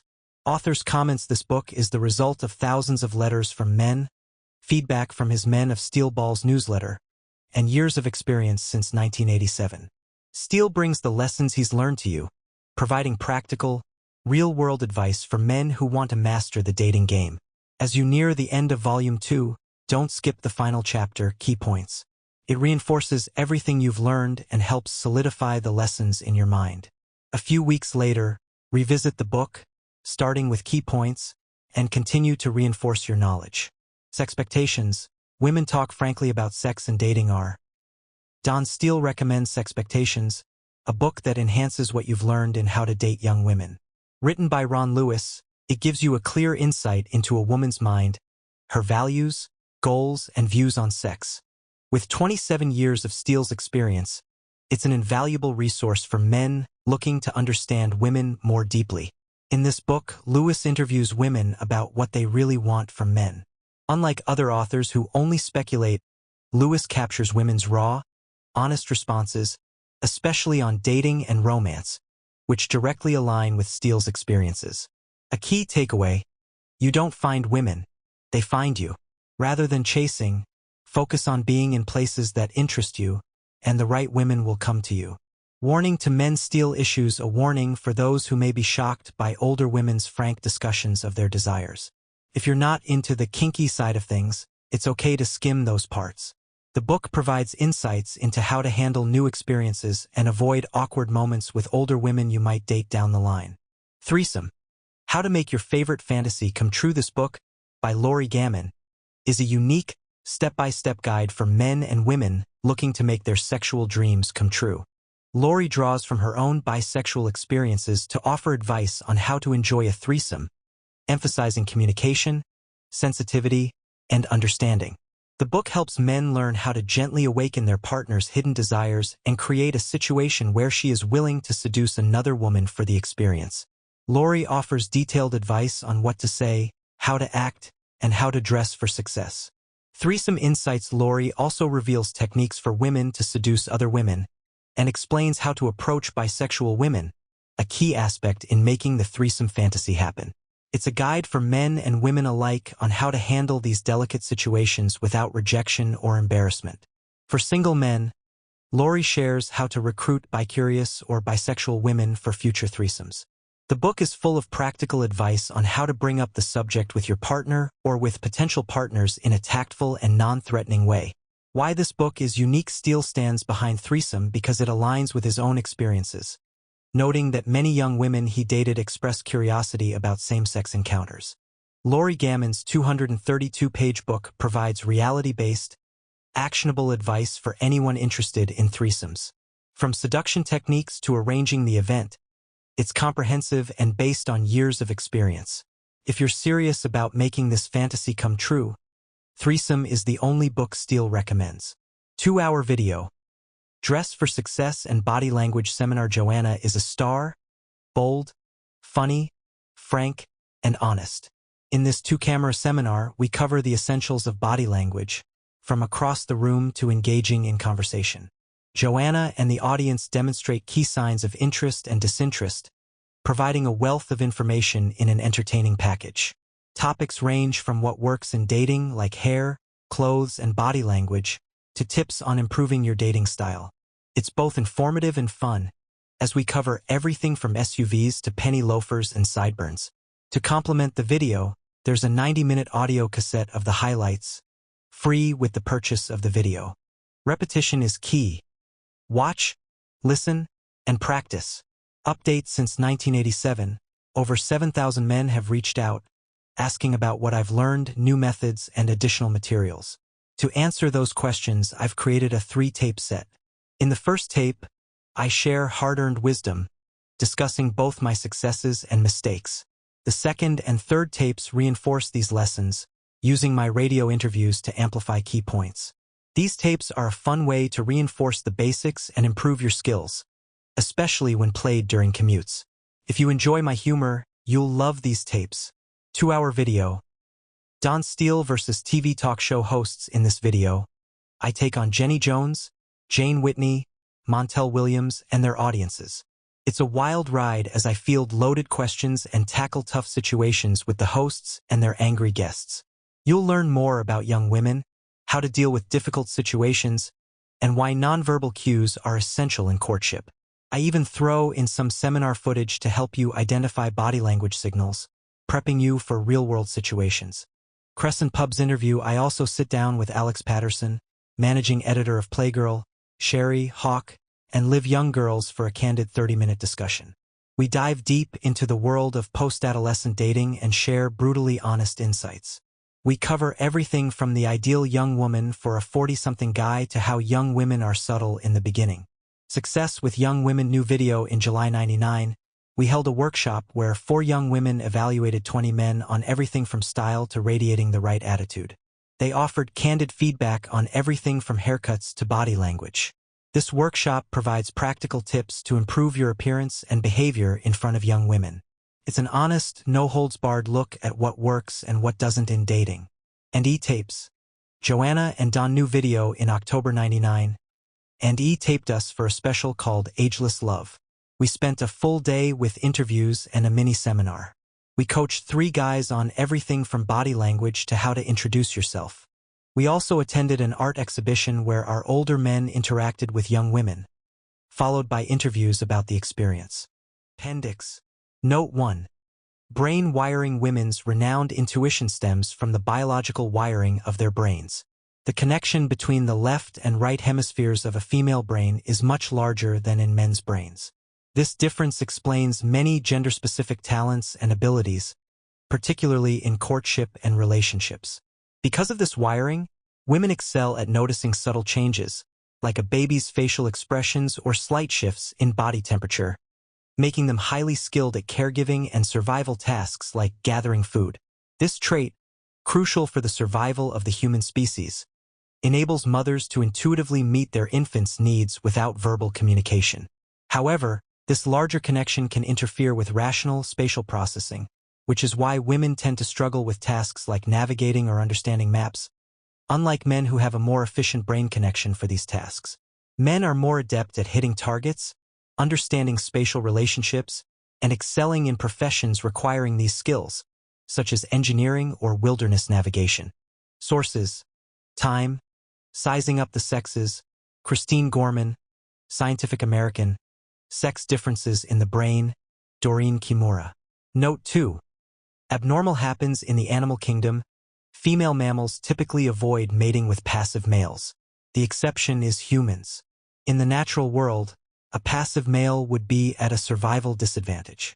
He would either starve or be rejected by females, and his traits would not be passed on. In our modern world, however, survival doesn't depend on hunting or farming. As a result, some parents exhibit erratic, abusive, or neglectful behavior, which can leave deep emotional scars on children. These children grow up with unmet emotional needs and develop survival tactics to cope with their unusual environments. As adults, they often seek out relationships that mirror their unresolved childhood experiences. For example, passive men might seek controlling women, or women may seek passive men to protect themselves from further emotional harm. These mismatched relationships can have negative long-term effects, especially on the children of these couples. Notes: sex is number 4. Sex is a powerful force in human behavior, ranked just below air, water, and food in Maslow's hierarchy of needs. Even in everyday situations, like at the office or social gatherings, sex is a driving force once basic needs are met. Anthropologist's view. Dr. Helen Fisher, anthropologist and author of The Natural History of Monogamy, Adultery, and Divorce, explains that men have always been drawn to youthful, healthy women. This attraction is rooted in evolution, as these traits signal fertility. Women instinctively aim to look youthful and healthy, regardless of societal pressures, and this has nothing to do with patriarchy. Men have always been different. Despite modern beliefs, male and female differences are deeply rooted in evolution.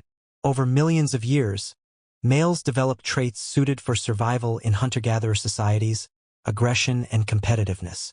Women, on the other hand, evolved to be nurturing and protective of their offspring unless defending their young.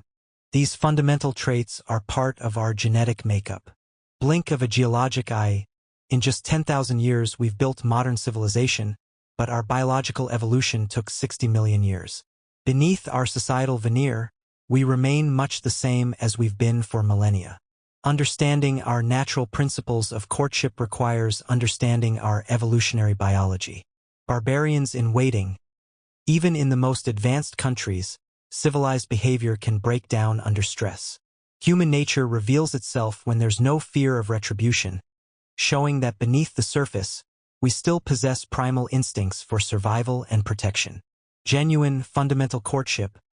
The ultimate goal of courtship, rooted in evolution, is to pass on our DNA. Men and women are wired to ensure their genetic legacy endures, but courtship behaviors, shaped by our ancestors, are not just about reproduction. They're about survival. For women, selecting a strong, healthy mate ensures the survival of their offspring, as they can only produce a limited number of children. Men, however, seek to reproduce as widely as possible, given their ability to father many offspring. Female strategy. Women evolved to be selective, looking for strong, healthy males who could provide and protect. This selectiveness is not just about preference. It's a survival strategy to give their children the best chance of survival. Male strategy.